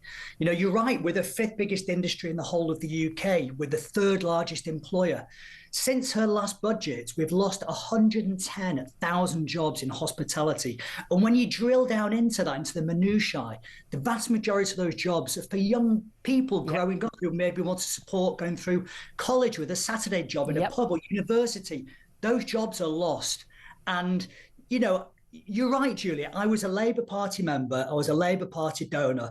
Back, and I had a look at this, I checked it. Back in 2022, I tweeted, I've just become a Labour Party member. One of the first comments below that was actually yourself. You just said, good luck with that. And actually, do you know what? It's proven true. And again, I was at the manifesto launch last year, Julia. It was 13th of June. And I stood there in this incredible building called Noma in Manchester. Yeah. The whole of the shadow cabinet were there. The Chancellor was there. The now PM was there, and the Chancellor stood and she said, I am the Chancellor of Business, I'm the Chancellor of Growth. And we were all became very excited about this, and it is simply just not the case. Hospitality... Did she lie? She did not tell the truth, and I am sick to death of her turning around and blaming everybody else apart from herself. And yes, there were 14, 15 years of mismanagement under the Tories. There were. But she's come in now, she's had long enough, and she's turning her back on this sector. Now, are you just being a misogynist? Because apparently that's what people are when they criticise the Chancellor, because she's the first female Chancellor. Apparently they keep going on about it. I've seen this, mansplaining. How pathetic is that? I mean, for God's sake, you know, can we not say what we honestly think? You know, I had a very, very similar thing when I was advisor for Andy Burnham in Manchester. I had a counterpart down in London, and the nights are the useless one. You said that. Well, she was utterly. What was her name? Utterly useless, barely at work. Well, you know, and I used to call it out, and that was the thing. I was a misogynist, and it was, come on, let's all grow up. It's not playground stuff, and the Chancellor has to take some responsibility now. And you know, it feels to me a very awkward budget that's coming tomorrow, because I don't think this is a budget to save the country. I think this is a budget to save two jobs, and those two jobs are the PM and the Chancellor. Well, that's the worry. It's going to save two jobs at the expense of lots of others. And when we're told constantly, you know, we're going to be hitting savers, going to be hitting people who, again, getting dragged. And the Tories did this as well. Lots of parties have done this. These so-called stealth taxes, where the thresholds on which you pay a higher rate of tax, whether it's 20%, 40%, or 45%, they get frozen, and basically more and more people who do not highly paid, top-notch jobs, but completely average, normal jobs, then get pulled into higher rate taxes. And a lot of people are saying that's what's going to happen with the mansion tax. Most of us don't own a £2 million house. Goodness me, most people can't dream of owning a £2 million house. But yeah, one day house prices will go up enough that actually an awful lot of people will end up owning a house that's much more expensive. But also, they'll lower it. There'll be a higher rate of tax, and it will be on lower value properties, and more people. And the taxes keep going up, but we never seem to have something to show for it. Never. I mean, you know, I'm staying in my lane on this, and I can tell you I've been in this industry for 30 years, Julia. I have never known, and this includes COVID period as well, where we used to talk quite a lot during that period. I've never known the industry so demoralised as it is now. And I had a conversation with a landlord who had a pub in Coventry. I won't mention it. And in January, he's going to hand his keys back. But the worst thing is, the heartbreaking thing is, he's lost his home. He brought his kids up in that pub. They lived up the pub. Said not just lost the business. You know, his finances are in tatters. His mental health's in tatters. His relationships in tatters. And there's a bigger picture to this. Pubs are not just about a pint. Exactly. You know, they're a part of our social fabric. And, you know, when you look at this now, this is just to put something into perspective for your listeners. By the time you've paid for your pint, which on average is £6.50 in Manchester. I'm hearing London now is anything between £7.50 and £8. By the time you've paid your alcohol duty, your VAT, you've paid for the beer itself, you paid for the staff, the average profit on a pint in the UK is 12p. It's just untenable. Yeah, absolutely. It's absurd. And people are drinking at home. And I know, you know, I've got a teenager. They all drink at home. They do prees, and they'll drink at home. They're not going out, and the pubs are dying. And the thing is, and then everyone moans about their kids sitting at home. And actually, we want them out and about and being social, meeting new people, having fun together, and having a life. It is desperate. I mean, in terms of what we're expecting to hear tomorrow. What would you like to hear? What could the Chancellor announce tomorrow that would make a difference to jobs in the sector you care about? So if I was the Chancellor, I would introduce 3 things tomorrow. And these things, by the way, won't happen. But firstly, let's reduce VAT. Actually, Rishi Sunak did this coming out of lockdown. It was incredible. It saved for everybody across the board, or just in hospitality? It's a hospitality-specific sector VAT, the same as they have in Europe. Europe between 7 and 8% at the moment. We're obviously 20%. So reduce it by 5, just bring it down to 15%. That would give enough headway. I'd also reverse the ridiculous national insurance increase that were introduced last year. And the final thing is business rates reform. Now, we know that's coming, and that's probably going to be what she's going to call her rabbit out of the hat tomorrow. But that was announced months and months ago. We know that's already been agreed. That will probably be welcome for small venues like pubs, cafes, family-run restaurants. But actually those bigger, larger scale venues like nightclubs, for example, that could be quite crippling. Yeah, absolutely. You worked for Andy Burnham. I say last time I saw you was in Manchester, and Angela Rayner joined us at a club night. I mean, I put out a photo of it at the time, and and say what you like about Angela Rayner. She's fun on a night out. I can't say we're best buddies, but certainly not politically. Do you think that no one seems to think Keir Starmer's doing a very good job, least of all actually Labour Party members or indeed Labour MPs right now? Do you think either Andy Burnham, who many are touting as a future leader but isn't an MP yet, or Angela Rayner, the former Deputy Prime Minister who had to resign over not paying her stamp duty and apparently still hasn't paid it, but do you think either of those people would make a better Prime Minister? Well, you'd have to ask them, but no, I'm asking you. Well, okay, I'll read between the lines. Greater Manchester, it was announced last week, is performing economically better than any other city region in the whole of the UK. We are bouncing. Our nightlife is bouncing at the moment. People are looking at Greater Manchester as a model. It is working. Last week it was announced that we're going to have £1 billion invested, not just in the city centre, but all the boroughs across Greater Manchester. We have 10 boroughs in Greater Manchester. So things are working, things are right. I look at the Labour Party at the moment and things aren't working at the top. I don't think, I think it's going to be catastrophic for them come May at the local elections. Yep. And I know so many hard-working Labour councillors in Greater Manchester who've been doing fantastic jobs. And through no fault of theirs, Julia, they're going to lose their jobs come May. I know that's going to happen, and I feel very sorry for them. So Yeah, Greater Manchester is working. It's a good model. I think he's given us his answer. Yes, he thinks Andy Burnham would be better Prime Minister. I think we can paraphrase.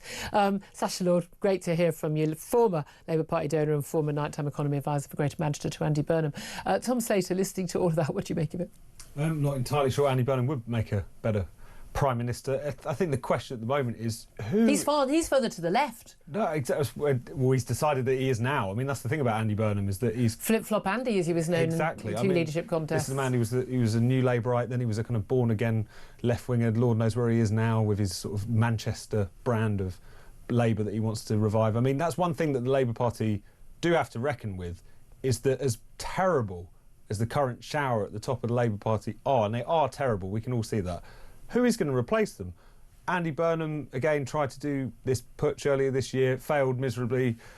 You've got Wes Streeting, who is a great media performer. Unlike Rachel Reeves and Keir Starmer, he at least appears to have a pulse when he's on television. But do we really think he's got the answers to the questions that... Well, certainly not when it comes to puberty blockers for kids, as we were discussing yesterday. I think he should be in prison for that, rather than actually be Prime Minister. So it's not purely that Keir Starmer can't lead the Labour Party. It's not a or Rachel personnel Reeves issue. Well, it is in a very deep sense, and it's not simply that Rachel Reeves can't run the economy. It's that it's not obvious that anyone in that party is anywhere near capable of actually grasping the moment that we find ourselves in. Love to hear your thoughts on all of that. 0344 499 1000. Up next, we're going to find out what my next guest thinks about Nigel Farage saying, look, stuff he may or may not have said in the playground back in the late 70s and 80s, some 50 years ago, was, well, it was just playground banter. Well, was it? Does it have any bearing on whether or not he should be our next Prime Minister? This is Talk Me Out the Home of Common Sense.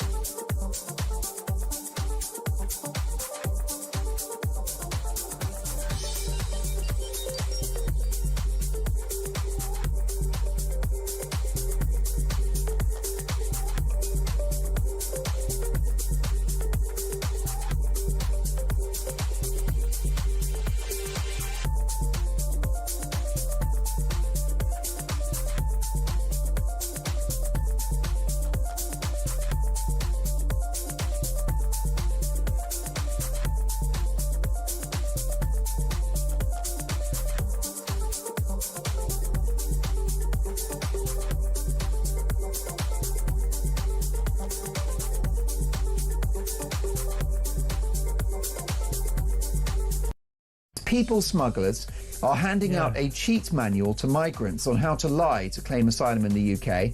It sets out a step-by-step guide in Arabic on how to pretend to be from the persecuted Bedouin minority, a stateless tribe from Kuwait. How many Muslim asylum seekers do you ever see seeking asylum in a Muslim country? Yeah. It's always baffled me that all these Muslims want to come to a Christian country.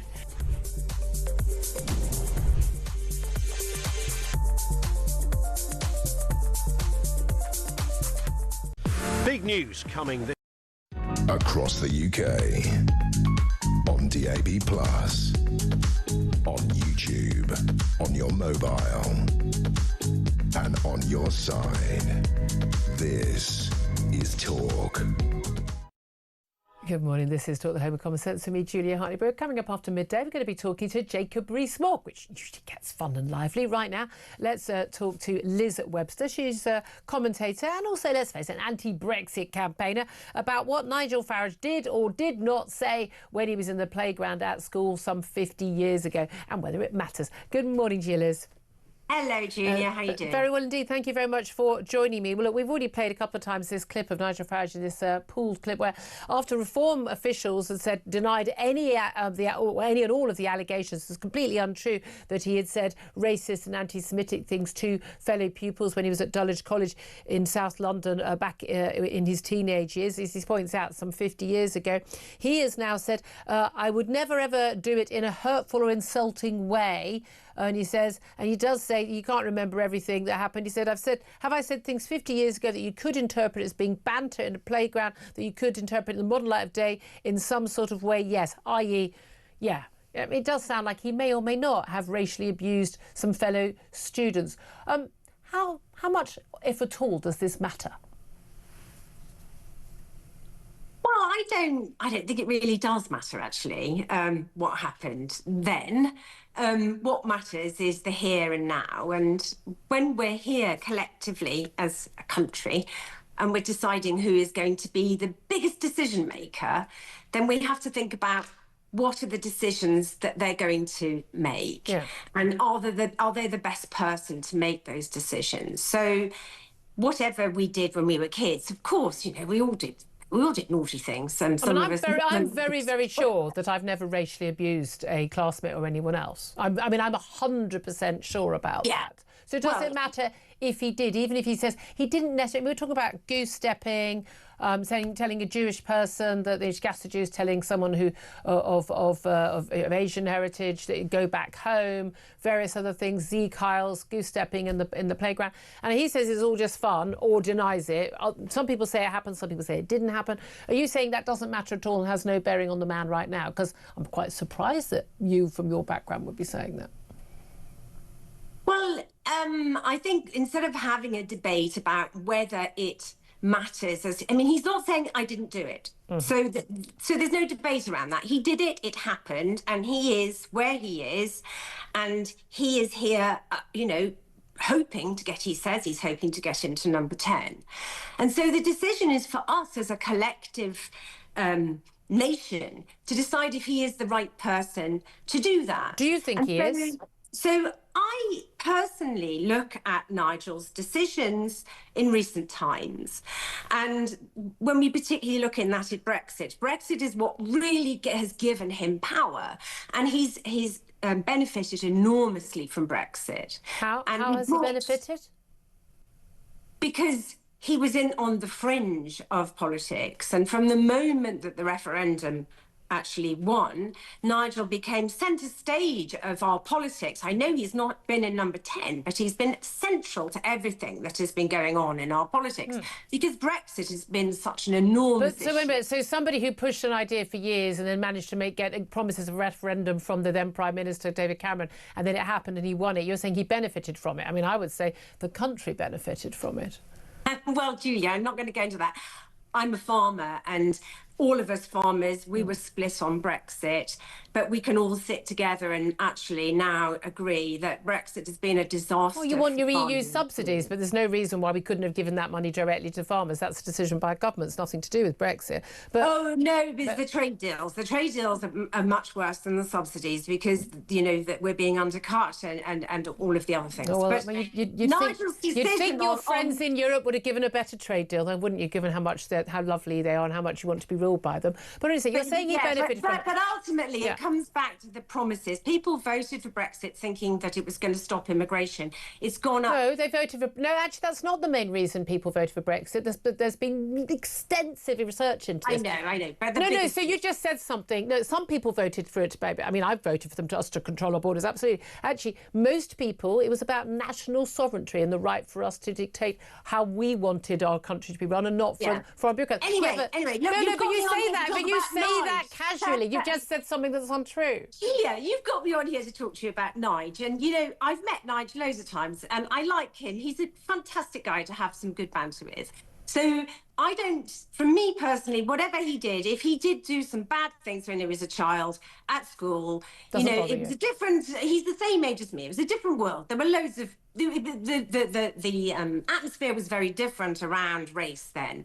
But I think what we have to look at is in the here and now. Racism is dangerous. And I personally know this. My son is a victim of a racist attack. He was attacked by a gang of Asians.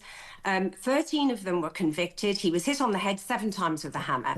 Now, what I would say to people about racism is that it comes in and it's tribal and it divides us. And if we're divided, then you don't know who is going to be hurt. And my son was the person that was hurt because the school didn't manage racism. Okay, so I'm very sorry what happened to your son. With my son being attacked. That's awful what happened. If we have got racism happening, and if it's allowed to happen, and if it's been seen as being okay, then we are all in more danger. So what's that got to do with Nigel?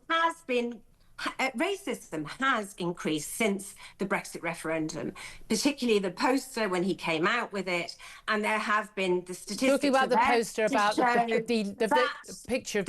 Hold on a minute. We've seen racial attacks happen more. Liz, I don't think there is evidence actually that racism has increased since Brexit. There's evidence of more reports of certain kinds of racism, but again, we've also changed how we judge something as racist or not. We've got the non-crime hate incidents.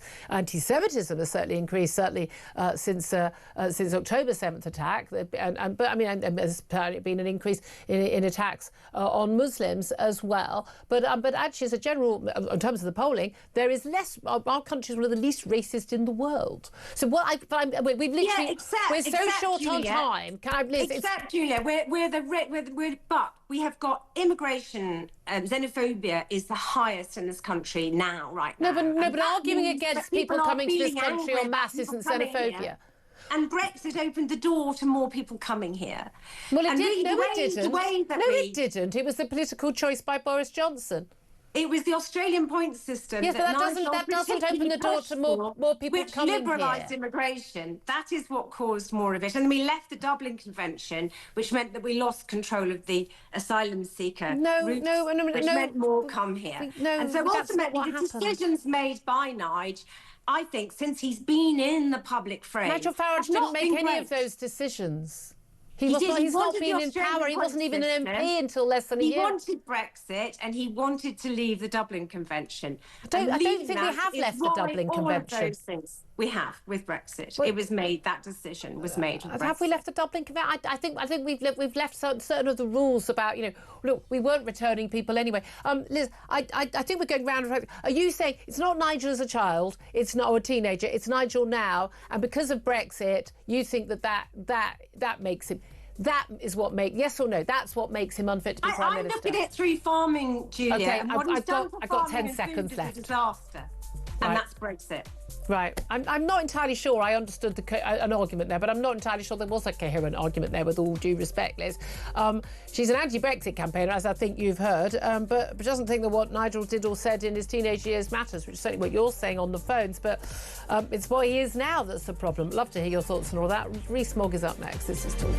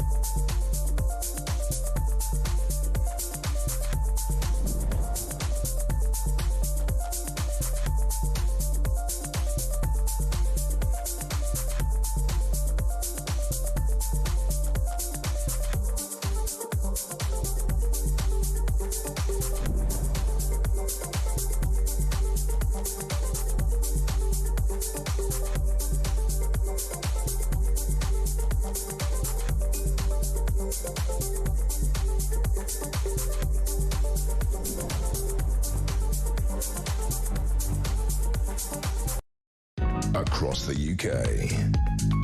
On DAB+, on YouTube, on your mobile, and on your side.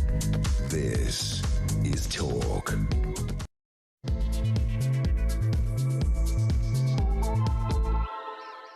Very, very good afternoon to you. Welcome back to the show. 2 minutes past 12 is the time. This is Talk. We are the home of common sense. I can't wait to hear more from you on the phone lines. A lot of you getting in touch about Nigel Farage and about those comments that did or did not get said during in the playground when he was in his teenage years. And it's fascinating. Actually, our last guest, who definitely not a fan of Nigel Farage, she thinks he's a problem in the here and now, doesn't have an issue with what was or was not said in the playground. Love to hear your thoughts on that. Lots of you getting in touch, and your thoughts on the budget. We're going to talk about both topics with a former Cabinet Minister for the Conservatives, Sir Jacob Rees-Mogg, live from College Green in just a few moments' time. We're going to be talking more about the budget, and of course we'll be talking about that an awful lot tomorrow. We're also going to be talking about welfare claimants. 5 billion people of working age being paid not to work. But amazing, wonderfully, the Motability scheme, you know, you hand out for your free car, which you may need because you've got tennis elbow or something.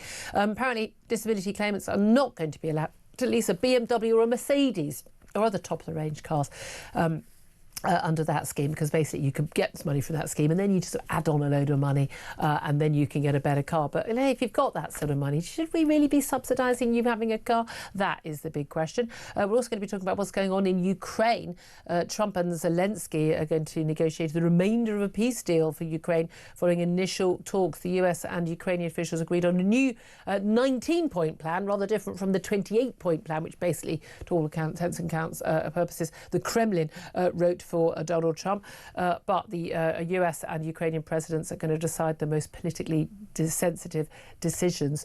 We shall see whether that ends up being a peace plan or a surrender plan. We're also going to be talking to an artist whose exhibition featuring Union flags has been cancelled by a Labour-run council in Brighton because it fears it might offend or scare people. Yeah, really. Anyway, we will talk to the artist about that. Lots more coming up. Delighted to say that joining me throughout the show is Tom Slater, editor of Spiked Online. Afternoon to you. Afternoon. Thank you very much indeed for joining us. Just a reminder also, if you're watching us or listening to us on the Talk TV app, that app is going to cease to exist. It's going to be an X app. And it's going to be dead, defunct. Monty Python style as of next Monday, which is the 1st of December. Instead, you need to switch to our new app, the Talk app, and you just download that. Very, very easy. Just go to App Store or Google Play. Do it right now. Download it. You've got it there. And then when your Talk TV app doesn't exist on Monday, you've already got the app there, so you can watch and listen to us there.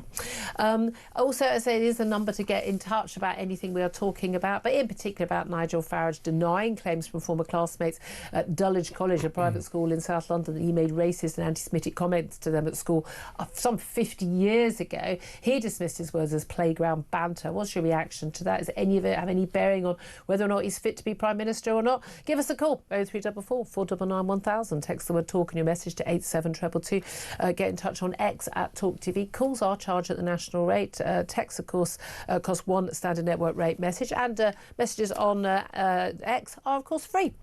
Tom Slater, we've talked to you about this quite a lot, but interesting talking to our last guest, Liz Webster. Mm-hmm. I'm quite encouraged that she doesn't think that what someone said, 50 years ago when they were a kid, should have any bearing. But she's obviously got issues with Nigel Farage because he's one of those evil, awful people who supports Brexit, which is, of course, the worst thing that ever happened to us, and that's what the nice people think. And she's got the argument about farming, but but she says we live in a divided country.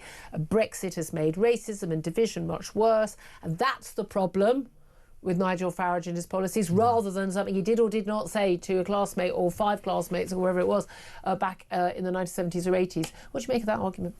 I think it's turning the truth on its head. I think the main thing that was divisive about Brexit for the years that we were fighting and arguing over it was the refusal to implement it and move on. Thank you. That's number one. What to actually recognise the largest democratic vote for anything ever in this country? Exactly. Calling everybody who voted the other way from you stupid or racist or both? Exactly. I mean, it's when you think about it... Hi, can we say hi from Gammons everywhere? Hello. And yet, as soon as you said something as simple as I would like that vote that we all agreed would take place to be respected. You were the one who was supposedly being divisive and hateful and so on and so forth. I'm still amazed that we didn't, and I did actually Google pitchforks, that we did not end up storming Parliament. I mean, I never support violence in a democracy, but if you actually don't allow a democratic vote to go ahead deliberately because you didn't agree with the result, it's like me saying, no, I will not allow Keir Starmer to become Prime Minister. He won fair and square. It was the most outrageous anti-democratic backlash, since everyone got the franchise. I mean, it was so clear cut. It's amazing that so many politicians, including Keir Starmer, have got away with their role. I've always said he's unfit for public office because of that. Always. And the other thing that talk about Brexit and divisiveness, the refusal to implement Brexit in such a way that reflected what the voters were concerned about has also led to a lot of division and divisiveness. The fact that we've had first a Conservative government and now a Labour government double down on mass immigration and failing to take seriously illegal migration. These were, in their own way, core issues of the Brexit vote, taking back control. And the failure to deal with those problems has genuinely divided the country. And again, when someone like Boris Johnson says, let's get Brexit done and let's take back control, led the Leave campaign, led the Tories when they got the one in 2019, and the whole argument then was very clear that we are going to take back control, we're going to be able to get Brexit done, and then we can control our borders. And then he went, oh, I know what, let's invite a couple more million people in and keep it on the. No one will notice. We'll just invite a load of people because we didn't think it was a good idea to have mass immigration from both the wider world and particularly from Europe, are totally unlimited. But yeah, we can't have all those people from Europe, although they all stayed anyway, and quite rightly, they had every right to do so. That's part of the deal. But then inviting, 1 million plus more from further afield, that wasn't what people voted for, and you knew it. No, exactly, and it's another indication of why the voters are always far ahead of the politicians, because all of the people in the media, in politics, who are currently bemoaning how divisive everything has become. If they'd have listened to what people said at that referendum, if they'd listened to what people had been saying at every election over the course of the past 20 or so years. And what they years, themselves said to the voter. But again, if there had been, I've always said, 2016, every single political party has said, right, we don't agree with it, but we're absolutely going to get behind it, and they're absolutely let's get the best Brexit till we can. They didn't go sort of, sneaky over to the Brussels to try and undermine the deal. Philip Hammond, the actual Chancellor of the Exchequer, did just that. I mean, absolute traitors. Genuinely should be prosecuted for being a traitor, for doing that, and all of the other people like the Shadow Brexit Secretary, as was then Keir Starmer. If they hadn't done that and undermined that and made it so hard that people went, let's just take any deal, let's just get any deal, and the civil servants hadn't done that, we could have got a much better deal. We would have had the power and we would have had to be a united country, and none of this needed to have happened. And it's also worth remembering that a lot of the issues that we talk about as divisive aren't actually that divisive in the country. I mean, there's been a very strong majority. Like the trans issue. Exactly. And immigration as well. It's a very small proportion, tiny proportion of the country who would support net migration in the figures that we've seen in recent And most of them are in Parliament. Exactly. So it's one of those things where, most Labour voters, most Remainers realise that these are issues. It's just the people who are at the top of politics who don't understand. Yeah, absolutely. Well, let's talk to someone next who has been at the top of politics. Sir Jacob Rees-Mogg. He joins us right now. He's a former Conservative government minister, of course. Good afternoon to you, Sir Jake.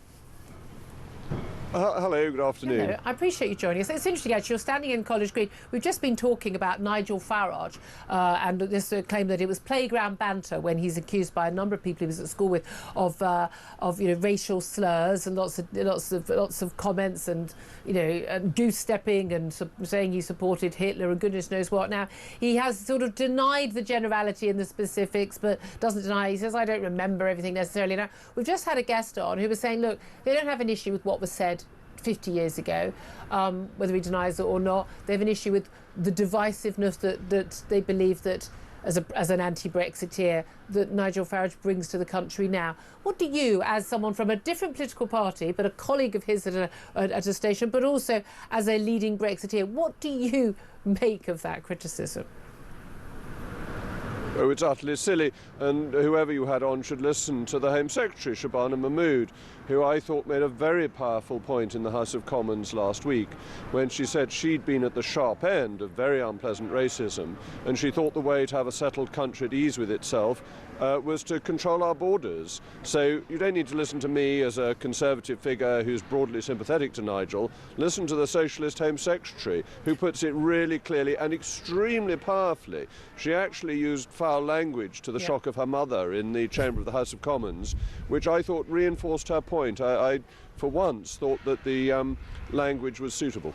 Well, indeed. I mean, in terms of the language and the things that Nigel Farage is supposed to have said in the playground at Dulwich College some 50-odd years ago. Look, I mean, you know, you're a little bit younger than me, a little bit younger than him. He's 60 now. Look, the world was a very different place in the 70s and 80s, and you know, I can say categorically, I know I've never said anything racist to anybody or thought it was racist, but his kind of non-denial. Does that matter? Does that make him unfit for office, or is it irrelevant? Well, first of all, you shouldn't mislead your viewers and listeners, because we were at Oxford together, and you're one of my younger friends. You are a bit younger than me. We can't have this idea. Well, no one would believe it by looking at us, I fear. Anyway, I think 6 children that have been very ageing. Look, like you, I haven't said the sort of things that Nigel has been accused of, but are we to hold people for things that they may or may not have said when they were very young? At what point do you cut it off? I think this is silly muckraking. I don't believe that Nigel Farage is a racist. I don't believe he's an anti-Semite. Indeed, he has stood up for Israel consistently. And if he said silly things when he was a child, well, when I was a child, I spake as a child, and now I've put away childish things. So it's irrelevant now to this year. Well, let's talk about the stuff that is definitely relevant to, you know, everyone, rich or poor, working, not working, is what's going to happen in the budget tomorrow. Rachel Reeves has told Labour MPs last night that not only carrying on her comments to the Financial Times at the weekend, that criticism of her is often misogynistic, apparently, as opposed to just comments about her own abject incompetence, but she said this isn't a pick and mix budget. They have to agree to things as a whole, as package, but that it will overall, it will be progressive. Is she right? Well, I think both statements are overweeningly arrogant. This idea that any criticism of her is because she's a woman rather than because she's incompetent is the arrogance of office. And saying to Parliament a budget is a done deal, you can't question it, is again arrogant. MPs are there to question, to hold to account, to vote through individual measures, to say I agree with this measure but not with that measure. I think it's just stunning arrogance of an out-of-touch government and an out-of-touch Chancellor. You say out of touch. You know, there are a lot of people perhaps who live in, I'm going to take a punt that you may or may not own a property worth more than the £2 million sum that a mansion tax is going to apply to, an extra £4.5 grand a year on council tax on average for people who own those sorts of properties. Is that a Chancellor who is out of touch, or should those people pay more tax? Well, out of touch is freezing thresholds again. Seems to me really outrageous that people who are just into tax paying will be worse off, will have their thresholds frozen to pay for people on benefits to get an inflation increase. But the last Once Tory again, the government Labour did Party that. is backing... The last Tory government did I that. agree, They're just and I carrying didn't it on think... for another 2 more years. I didn't think... Well, 2 more years is extremely expensive, and they said they wouldn't. Last year, Rachel Reeves said this was a terrible thing to do. This year, she's going to do it. Yeah. I think she was right last year. It's a terrible thing to do. But what is particularly unfair is that working people who aren't earning great salaries, people on the basic rate of tax, are going to lose hundreds of pounds because of this, whilst people who aren't working, who they pay for, are going to get an inflation-linked increase. That seems to me absolutely wrong. That's what I mean by out of touch. Yeah. In terms of property taxes, she's just killing off the property market, meaning all the rich people are fleeing, taking money out of this economy, the great sucking sound of wealth going to Dubai. If that's how she wants to run the economy, I think it's a mistake. But it's not those particular people that one has the sympathy for. It's the people on low earnings who are going to be made markedly worse off. Well, I mean, this is the thing. This is going to be a tax, a budget which it would appear isn't going to please anyone at all. Businesses certainly absolutely quaking in their books that more national insurance rises or other taxes are going to make life difficult for them. They're worried about the employment rights, which will mean they typically will employ fewer people, which will hit everybody. But everybody, whether they're on the lowest incomes or seems to be worried, as you say, apart from people on welfare. And there is certainly increased anger now from among the working public, and we've seen the polling saying they would rather not have tax rises, they would rather see spending cuts on things like the ballooning welfare bill. 5 million working age people not working, and an awful lot of those people, we're not talking about people who are severely disabled, for whom we should be absolutely giving them everything they need to live a decent, a reasonable life. We are talking about people who are claiming mental health problems, which I think, frankly, most of us think, frankly, these are people swinging the lead. Well, I think you're absolutely right. I think you're right to emphasise that people who are genuinely disabled need proper support, and society ought to be generous to them and to help them. But that doesn't mean we should have a scrounger's budget, which is what we're about to get, that the incentives not to work are going up, the incentives to work are going down, and businesses' ability to employ people is going down. This is a terrible way to run the economy. I mean, I think everybody's in agreement on that, pretty much, apart from some Labour MPs. What is the measure in the budget tomorrow that you are most fearful of? Well, I think the one that has the worst effect is the freezing of thresholds. It's also a stealth tax, and stealth taxes, and I accept the Tories did this in the past, are the least honest of taxes. But I think we need to keep wealthy people in this country, and more attacks on them will have serious long-term economic consequences, even if it's more politically popular. And increasing welfare spending at this point is clearly the wrong thing to do. We have to cut welfare spending. We can't afford it. We are continuing to live beyond our means, and Rachel Reeves is taking us into a doom loop of tax rises that push the economy down, increase the deficit, and lead to more taxes. It is really it's hard to think of a worse way of running the economy. Indeed, many people are saying, given that we appear to need tax rises because we haven't got growth and we've seen all the problems in the economy as a result of the last set of tax rises, we are in a bit of a doom loop.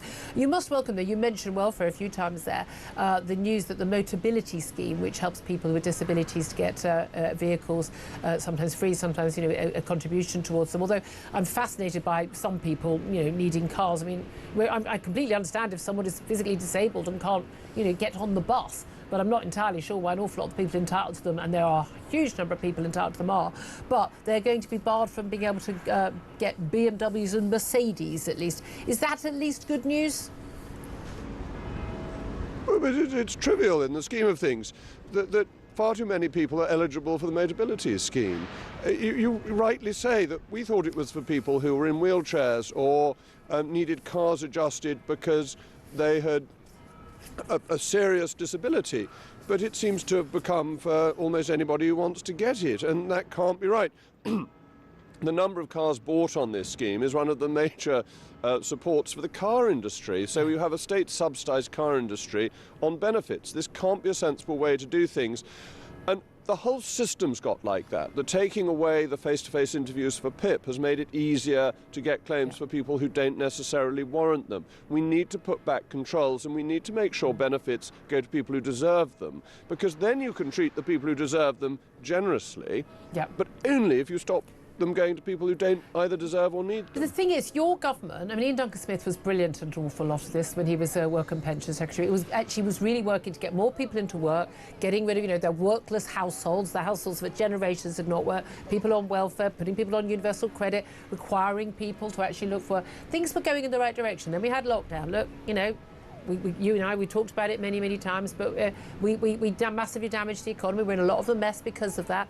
But we also got the issue of the ballooning welfare, people working on Zoom, particularly in the public sector, and nothing being done about that realistically under the Tories for 3 years after we'd got out of lockdowns. There is an issue, is there not, that actually the party that you're a member of still, and would, I'm sure, love to return as an MP for one day, actually, you didn't deal with the problems, and we can't just blame Labour for it. Well, I, as you know, tried to get people to get back to work in their offices. I thought working from home was a scam. You used to walk around and leave Post-it notes. I used to love you for that. I did indeed. Yeah, thank you. But the civil service just refused and wouldn't take any notice of what ministers said. The cabinet decided that people should go back to work, and the civil service said no. And this is part of the problem, that we're not able to govern the country because we have independent, blobbish organisations. We have the 2010 Civil Service Act, which means ministers can't give these sorts of routine orders to civil servants. That's what needs to be changed. We need actually constitutional change to give powers back to ministers so they can get things done for voters. Yeah. And that's what we came up against. You're absolutely right. What Ian Duncan-Smith did until lockdown was working really well. And after lockdown, it allowed welfare to balloon. And no one's got that under control.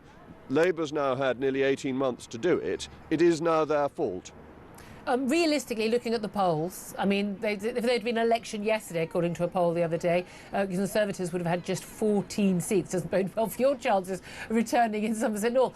But if we have a general election in the next few years, people saying maybe sooner than 2029, the last date for which it can be held, and Nigel Farage and Reform get in, would you support the Conservatives working with them if necessary to do things like changing, you know, our relationship with the civil service, with the government's relationship, and making sure that, you know, governments that are elected democratically can do what they want to do that is endorsed in their manifesto by the public?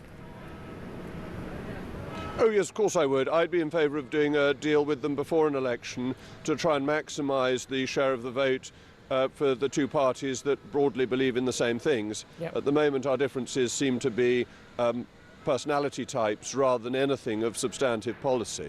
OK, very interesting. Sir Jacob Rees-Mogg, always good to talk to you. Former Conservative Government Minister, thank you very much. It was nice having those bells ringing out behind us and from College Green. Tom Slater, listening to all of that, your takeaways? No, I think especially the final point that Jacob Rees-Mogg made there about what's going to happen with the Tories and Reform going into an election, because at the moment it's hard to work out what's in it for either party in a sense, because the Conservatives would have to be conceding that they are no longer the electoral force that they once were, or that should be obvious to anyone, but also Reform... Anyone who could do maths. No, exactly. But also on the Reform side, thinking, you know, we're in the insurgency, our aim is to displace the Tories as the party of the centre-right. Nigel Farage has said, you know, he wants to destroy the Conservative Party. But that's it, there's an element where actually, you know, lots of people who would vote Conservative go, well, if you're going to be in cahoots with the Reform, I don't want to vote for you, I'll vote Lib Dem. And then you've got a lot of people who Reform say, well, hold on a minute, you're supposed to be getting rid of these awful people who've put us in the mess we're in.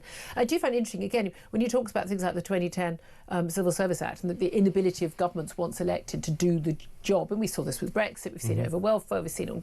If you literally can't say to someone paid by the public sector, by the taxpayer, working in a government office, you need to be back in your office, you need to be at your desk on Monday morning. And you can't just literally just sack people en masse for saying no. By the way, they would turn up if they were going to be sacked en masse, because they know perfectly well they're unemployable anywhere else. You can't run the country. We are seeing played out again and again.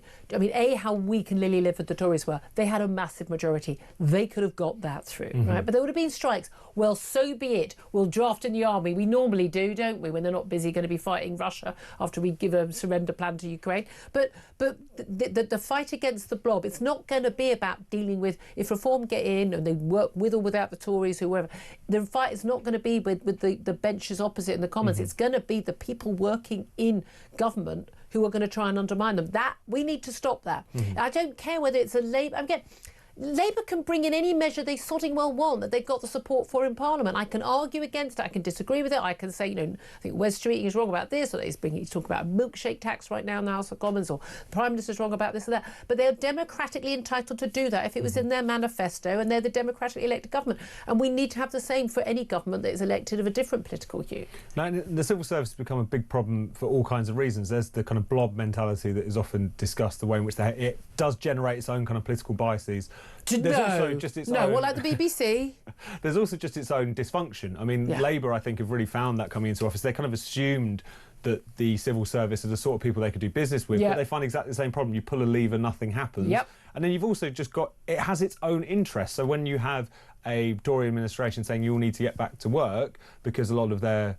Why? I'm walking the dog on the beach. Why would I do that? Exactly. Then it doesn't necessarily. Then it's not within their interest to play ball with that either. So all of these things has proven that the people running the British state and kind of manning it are not properly democratically accountable, and you cannot have that. Well, there's no point us leaving, Brussels, leaving the EU to have a democratically run government if an unelected blob, which again holds exactly the same views as the EU and the Lib Dems on everything in the civil service, is still in charge. No, I'm sorry, and it needs to be really, really clear. The contracts are going to be changed. The deal is different, and if you don't like it, off you go into the private sector, as if you think there's going to be a private sector after this government's going to be in charge for a few years. But there we are.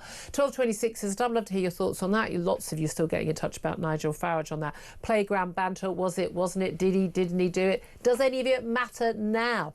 Your thoughts on that, 0344 499 1000. This is Talk.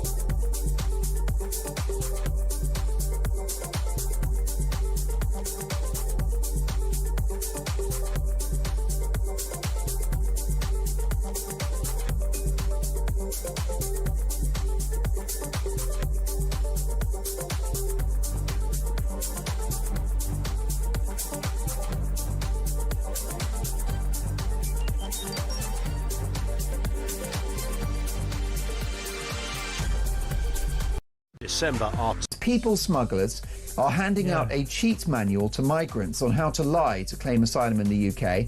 It sets out a step-by-step guide in Arabic on how to pretend to be from the persecuted Bidoon minority, a stateless tribe from Kuwait. How many Muslim asylum seekers do you ever see seeking asylum in a Muslim country? Yeah. It's always baffled me that all these Muslims want to come to a Christian country.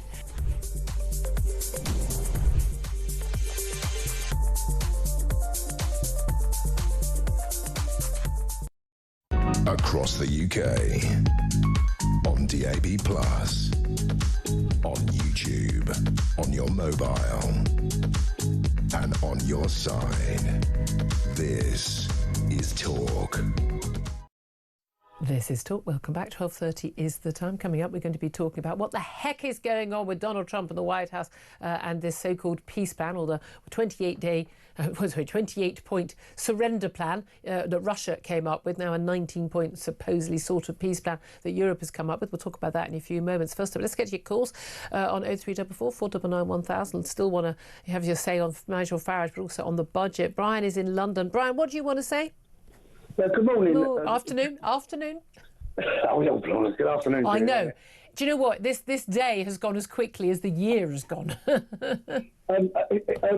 Nigel, I'm a similar age, And we were brought up on World War II films all the time, every day. Yeah. Two on Christmas Day. Yeah. And we used to mock Nazis and we mocked Germans. Yeah. So if anyone officious, bossy, a pain in the what's it, we would click our heels, we'd do something like we'd put a finger under our nose, or we'd do a funny arm salute. Yeah. But it wasn't because we hated anyone. We were mocking. We were taking the pee out of Germans and Nazis. And it was a long time ago. I'll tell you what I'm more worried about is why two tears to Keir never here. Why did he go to a Soviet-style training camp in Czechoslovakia? Yep. In his gap year. Yeah, that's more relevant because he's still using them policies to screw us, really. Well, I mean, there is that. We're certainly seeing evidence of that, and that was a fascinating debate, wasn't it, in 2020? It was 2020, wasn't it? What was Keir Starmer? Was he a Blairite or was he a lefty? He's got the suits of the Blairite donated by Lord Ali, but fundamentally he's a complete lefty. As far left as you can go, you really can go. I mean, I've got another. I've heard that there's the Guardian are bringing out another scoop against Nigel next week. Apparently, when he was born, he farted, and the Filipino midwife smelled it. I don't know where to go with that. It's super racist, you know. So expect that out next week. Oh, then, Brian, thank you very much indeed. I don't know what's happening.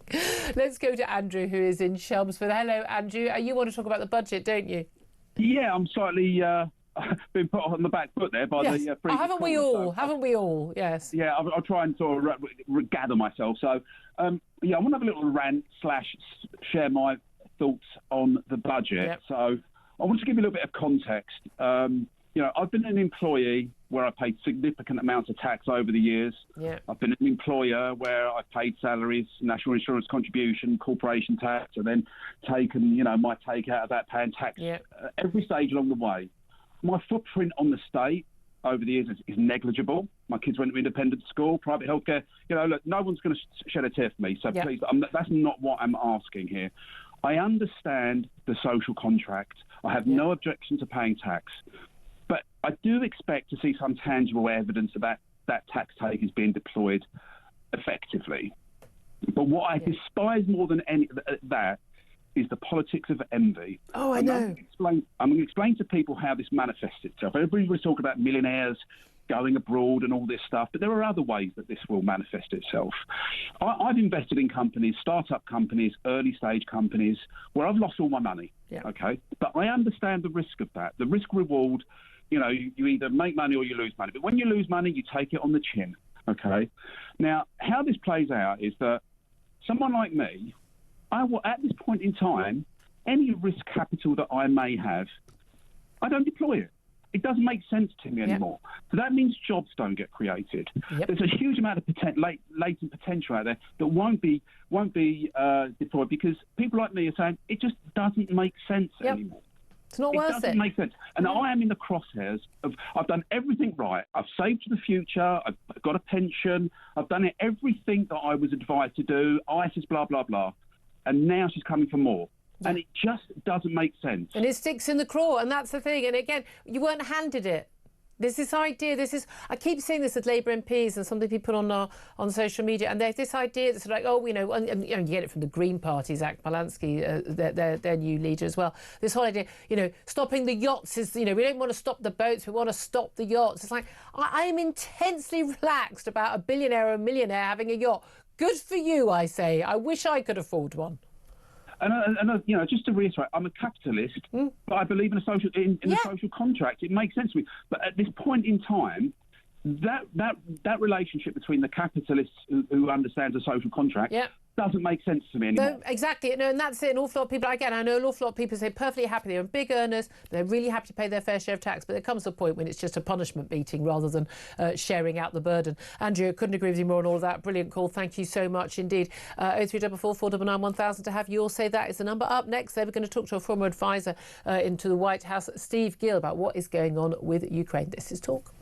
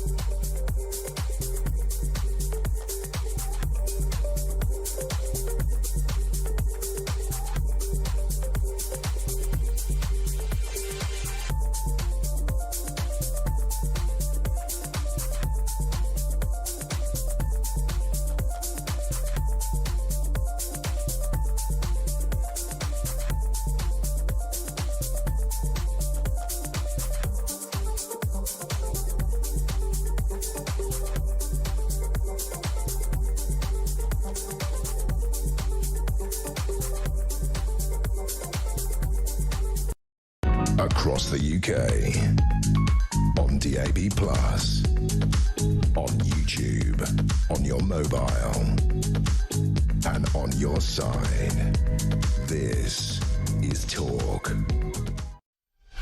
Good afternoon. Welcome back to the show. 12:38 is the time. The Prime Minister is currently delivering a statement in the House of Commons on Ukraine. There have been some reports, some claims from the US that the Ukrainians have agreed to a peace deal. We'll try and get you some information on that. Let's welcome right now Steve Gill. He's a former advisor to both the Clinton and Bush administrations. Joins us right now. Good afternoon to you, Steve. Hey, Julia, good to see you. Thank you very much indeed for joining us. I mean, it's extraordinary if that is the case. Look, first of all, we had this sort of 28-point peace deal. I mean, it was a surrender deal, by all accounts, written originally by the Kremlin.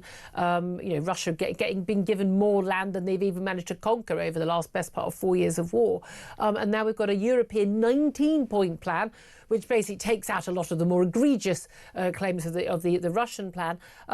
But we've got talks between Trump and Zelensky. We've got supposedly there's still this Thursday deadline for a deal. Otherwise, Trump's walking away. What on earth, Steve, is going on? Yeah, I think the biggest problem in the adjustments to this deal, whether it's egregious or not, is that Zelensky and the European Union are demanding that the provision calling for an audit of the billions of dollars that have been provided to Ukraine be provided, that there be an accounting of where have U.S. and U.K. tax dollars gone. The fact that they don't want an audit, the fact that you've seen corruptocrats in Ukraine flee the country with billions and they don't want accountability, and that's being removed, tells me that there are serious problems. I really don't think that is the biggest issue. I hate to tell you, did you see what happened with U.S. money in Iraq and Afghanistan? Billions upon billions upon billions just disappeared like that. Wars result in corruption, and every former Soviet state is riddled with corruption. We know that. That is not the main issue when thousands of people are being killed, for goodness sake. Well, you would think that Zelensky would want to stop the killing. Instead, he wants to make sure the money flow continues. He does. He's been dealing with corruption. He's not going to be able to deal with it overnight. There's no doubt at all. I mean, this is a Kremlin talking point. I do hate it when you do this, Steve. It's not a Kremlin talking point. It's an American taxpayer talking point. I want to know where my money went. Well, you didn't. You weren't bothered when Iraq and Afghanistan. Oh, yeah, I was. Yeah, I have been. We should all be worried where the money goes. There's no doubt at all. However, that's got nothing. I don't like it when our members of Congress are trading stocks and getting rich. Yeah, I'm with you. In the US. I don't think, with all due respect, Steve, I don't think that's the key issue right now when we're talking about ending a war in Europe and the terms in which it could be ended, and whether or not Russia gets the message that come back for a bit more in a few years when you're ready, and the message that Russia gets, and indeed Xi Jinping in China, because he's randomly he had a chat with Donald Trump the other day about Taiwan, about the message about what US and other NATO members, but crucially the biggest military and industrial power in the world, the US, will do when foreign dictators, murderous dictators, basically attack democracies. And what is the message that is coming out of the US right now? Well, I think the message is that a democracy is not one where you cancel elections, cancel foreign media, cancel the rest of it. We didn't have elections during the Second World War, Steve. Julia, you have to deal with truth. And we didn't have elections during the Second World War. Why not? Because we were at war. Ukraine is at war. Loads of women have left. Men are on the front line. You can't hold a democratic election in the middle of a war. No country does. Don't tell me America did in the Second World War. You weren't actually being invaded at the time. Can you answer the actual point about whether or not your country is willing to step up and protect a nation from being invaded by a foreign murderous dictator? I think that the Europeans, when Boris Johnson says Britain's going to start sending troops on the ground, when Macron and Germany put bodies on the ground in Ukraine, then you can talk to us. When you won't defend your neighborhood, then you can talk to us. I agree with you. And Donald Trump was absolutely right. This is an issue for the Europeans. And he was right in 2016 when he said the EU members of the NATO weren't spending enough. I couldn't agree with him more on that. And I said so at the time. But no one is actually, and the Ukrainians are quite clear, they say we don't need, NATO troops on the ground. We don't need US, British, French, German troops on the ground. We've got our own men who are fighting valiantly on the front lines. We need the weaponry, we need the support, we need Russia's oil and gas billions to be turned off completely. That's what they need. Is America willing to help to do that? Or is your president just too in hock to Vladimir Putin? I don't think there's anything that indicates, other than the Trump derangement crew, that thinks President Trump is answering to Vladimir Putin. And by the way, Julia, the United States had an election during our Civil War and re-elected Abraham Lincoln. So you can hold elections. You weren't being invaded by a foreign force. Well, those of us in the southern United States think we were. Well, but there you are. I mean, seriously. The thing about Donald Trump's relationship with Vladimir Putin is when Donald Trump sees Israel very, very clearly. He did a peace deal there. Now, whether that holds is one matter or another. We don't know whether it will hold. But he got those hostages who were being tortured and starved in tunnels back, and all credit to him for that. He does seem to have a blind spot when anything involves Vladimir Putin. It's been very, very clear. Often he will come round to the idea about how we need to support Ukraine. Then there's a phone call from Vladimir Putin, or there's a meeting with him, and he changes his tune. There are many people I know who are actually quite big fans of Donald Trump, and certainly, like me, were of the view that he was definitely the better option at the last US presidential election over Kamala Harris, but also still think that, he seems to have a view of Vladimir Putin that is not borne out by the facts, and that Vladimir Putin is a very dangerous man and he needs to be put back in his box and not someone who can be trusted. No one else in NATO thinks he can be trusted, least of all the Polish, the Baltic states, those who are next on the list for Vladimir Putin to conquer. So why on earth does your president keep seeming to think that you can take Vladimir Putin at his word?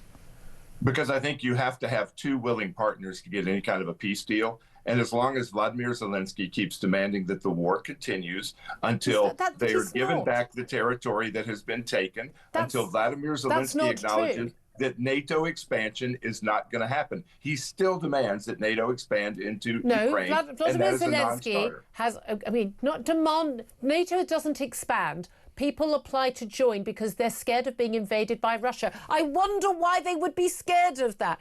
Zelensky there's been loads of evidence in the last 6 months so that he has conceded that he may well end up losing the territory that has already been conquered by the Russians. But to hand over territory they haven't even conquered, the fortress towns that are currently protecting the rest of the country, including the capital Kyiv, from Russian forces, and to make Ukraine pay for the privilege, and to not offer a proper absolute cast iron guarantee that not one Russian steel cap can go over that line, otherwise NATO will come to their aid.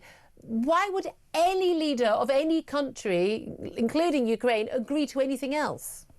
Because Zelensky hasn't agreed to those points, Julia. He is still saying that they will do a deal, and then they still want to be in NATO, and NATO is still listing the They want to be in NATO to protect them from a future war. They're not a member of NATO, and the deal that was made decades ago was that there would not be an expansion of NATO in Ukraine. You know what? Either the US or the UK lied. Do you know that deal, Steve? That was signed by the Americans, the Russians and the Brits. And you know that we all guaranteed, the US and the Brits, we guaranteed to maintain Ukraine's national sovereignty. But they've also tried to expand NATO and are still continuing to do so. They don't try and expand NATO. Zelensky, Ukraine has not got NATO membership.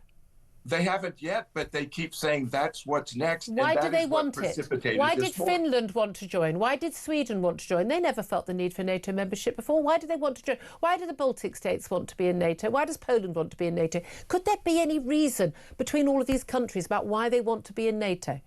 Well, I think some of them do have the fear of Russia. No. But the fact is that Ukraine was Russian. Eastern Ukraine still considers itself Russian. And again, Zelensky is not agreeing to what you're saying he's agreed to.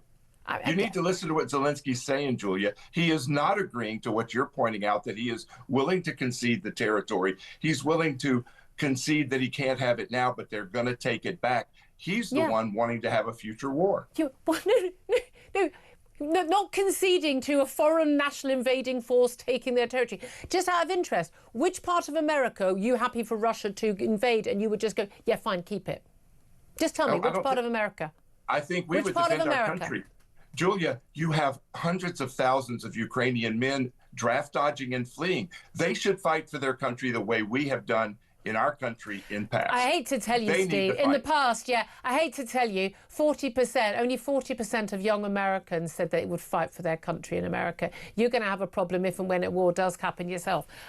People flee conscription. Julia, we have enough guns in the South. We can stave off anybody that wants to come here. We have guys that sit in trees deer hunting for 8 hours, hoping to shoot at stuff. I don't think the U.S. has to worry about a military invasion. Unfortunately, we've allowed an illegal alien for you. How nice for you. But I think the people of Ukraine, and certainly in eastern Ukraine, might feel rather differently. Steve, whenever we talk to you about this, genuinely, I may as well just call the sodding Kremlin and get them on air. Former advisor to Clinton and Bush administration, Steve Gill. Tom Slater, help me out, for the love of God.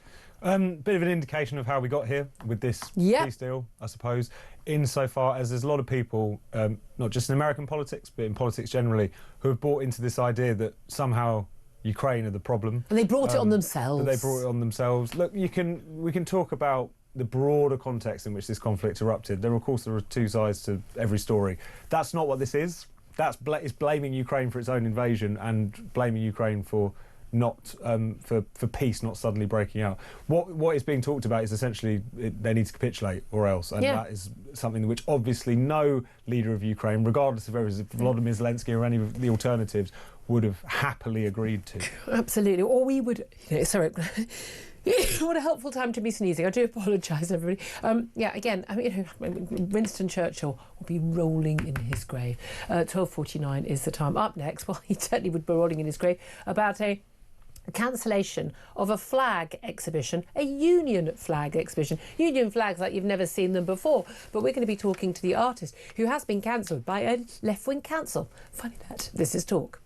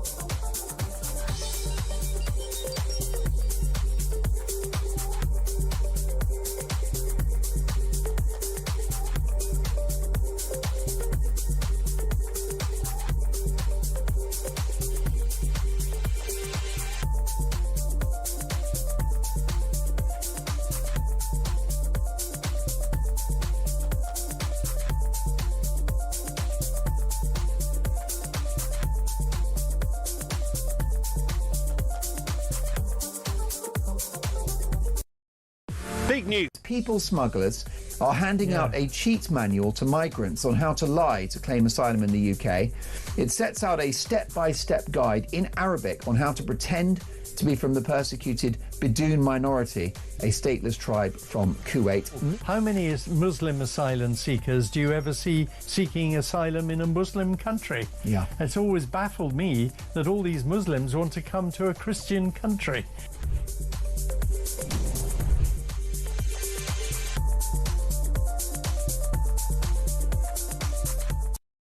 Across the UK, on DAB+, on YouTube, on your mobile, and on your side. This is Talk. Good afternoon, welcome back to the show. Calm down now. But I will be calm, given I'm in the studio with Tom Slater, who's had a film documentary premiere cancelled in the last week. It's got a new venue. It's going to be shown tonight. And next, my next guest is an artist who's been cancelled by, of all people, Brighton and Hove Council, complete lefty council. But they have cancelled his exhibition featuring Union flags, like you've never seen them before, over fears it might offend or scare people. The councillor showed due to fears. They said he could put visitors and their belongings at risk. At a library. It's all rather bizarre. Let's talk about this with Gil Moelem Duron. He's the artist cancelled by the council and joins us right now. Very good afternoon to you. Good afternoon. Thank you so much for joining us. Well, I mean, for those who don't know, if those who are watching, we've got most people are listening, lots of people are watching on YouTube, can see some of the images you've got. You basically, talk us through just your art, the Union flag. It's not a Union Jack, as many people would recognise it, red, white and blue, multicoloured, lots of different designs. What's the sort of the idea, the message you're trying to send with your artwork using sort of the Union flag?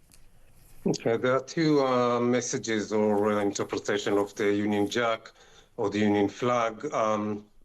One that showing, instead of the three colors, using the basic of the design, but changing the colors with textile designs from various communities who live in this country, including there is even a representative to Victoria created tartan that she made, Queen Victoria.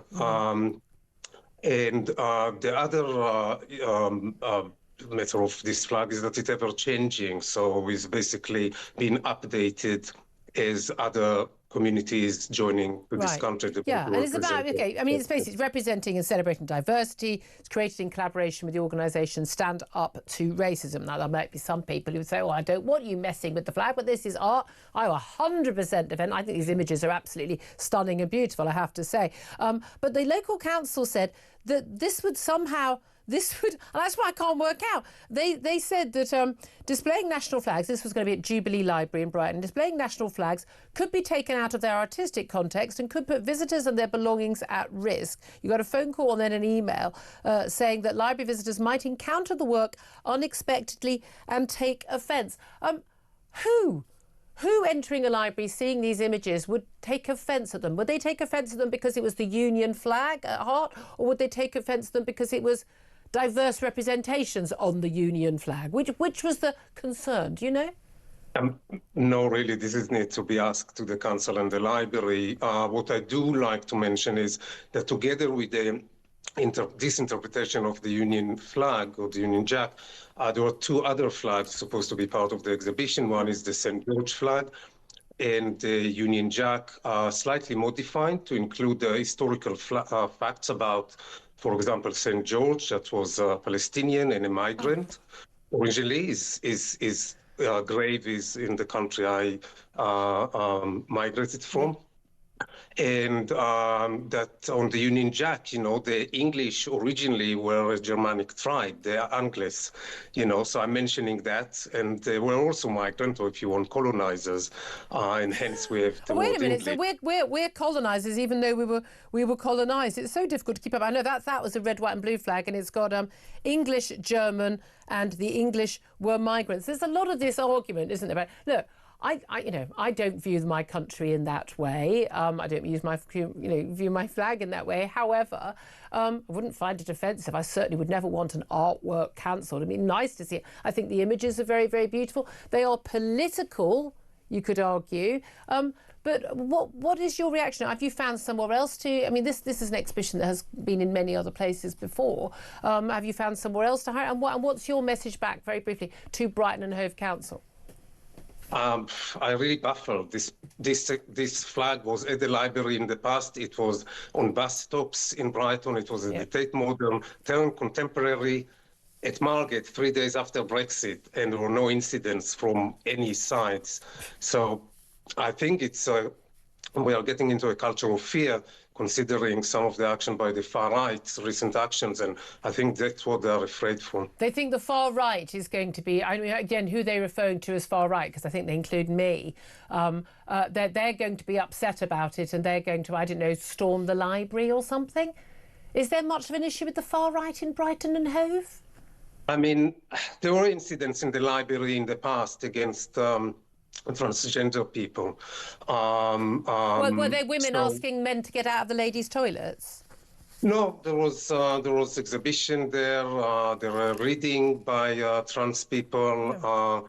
And I know there were some incidents. I really can't tell what, can speak for the library. I hope I'll find a place. You're as baffled as we are. Unfortunately, time is against us. Gil Merlin-Duron, an artist cancelled by Brighton Hove Council. Thank you very much, Steve, for joining us. Tom Slater, I mean, you haven't been cancelled. Just very briefly, the thing about this, weirdly, it seems to be the opposite of what we normally hear, which is something, lefties might not like it, and so right-wing. But this seems, this is a completely Mr. Progressive, Mr. Diversity artwork. You'd think they'd love it, but they're worried that other people won't.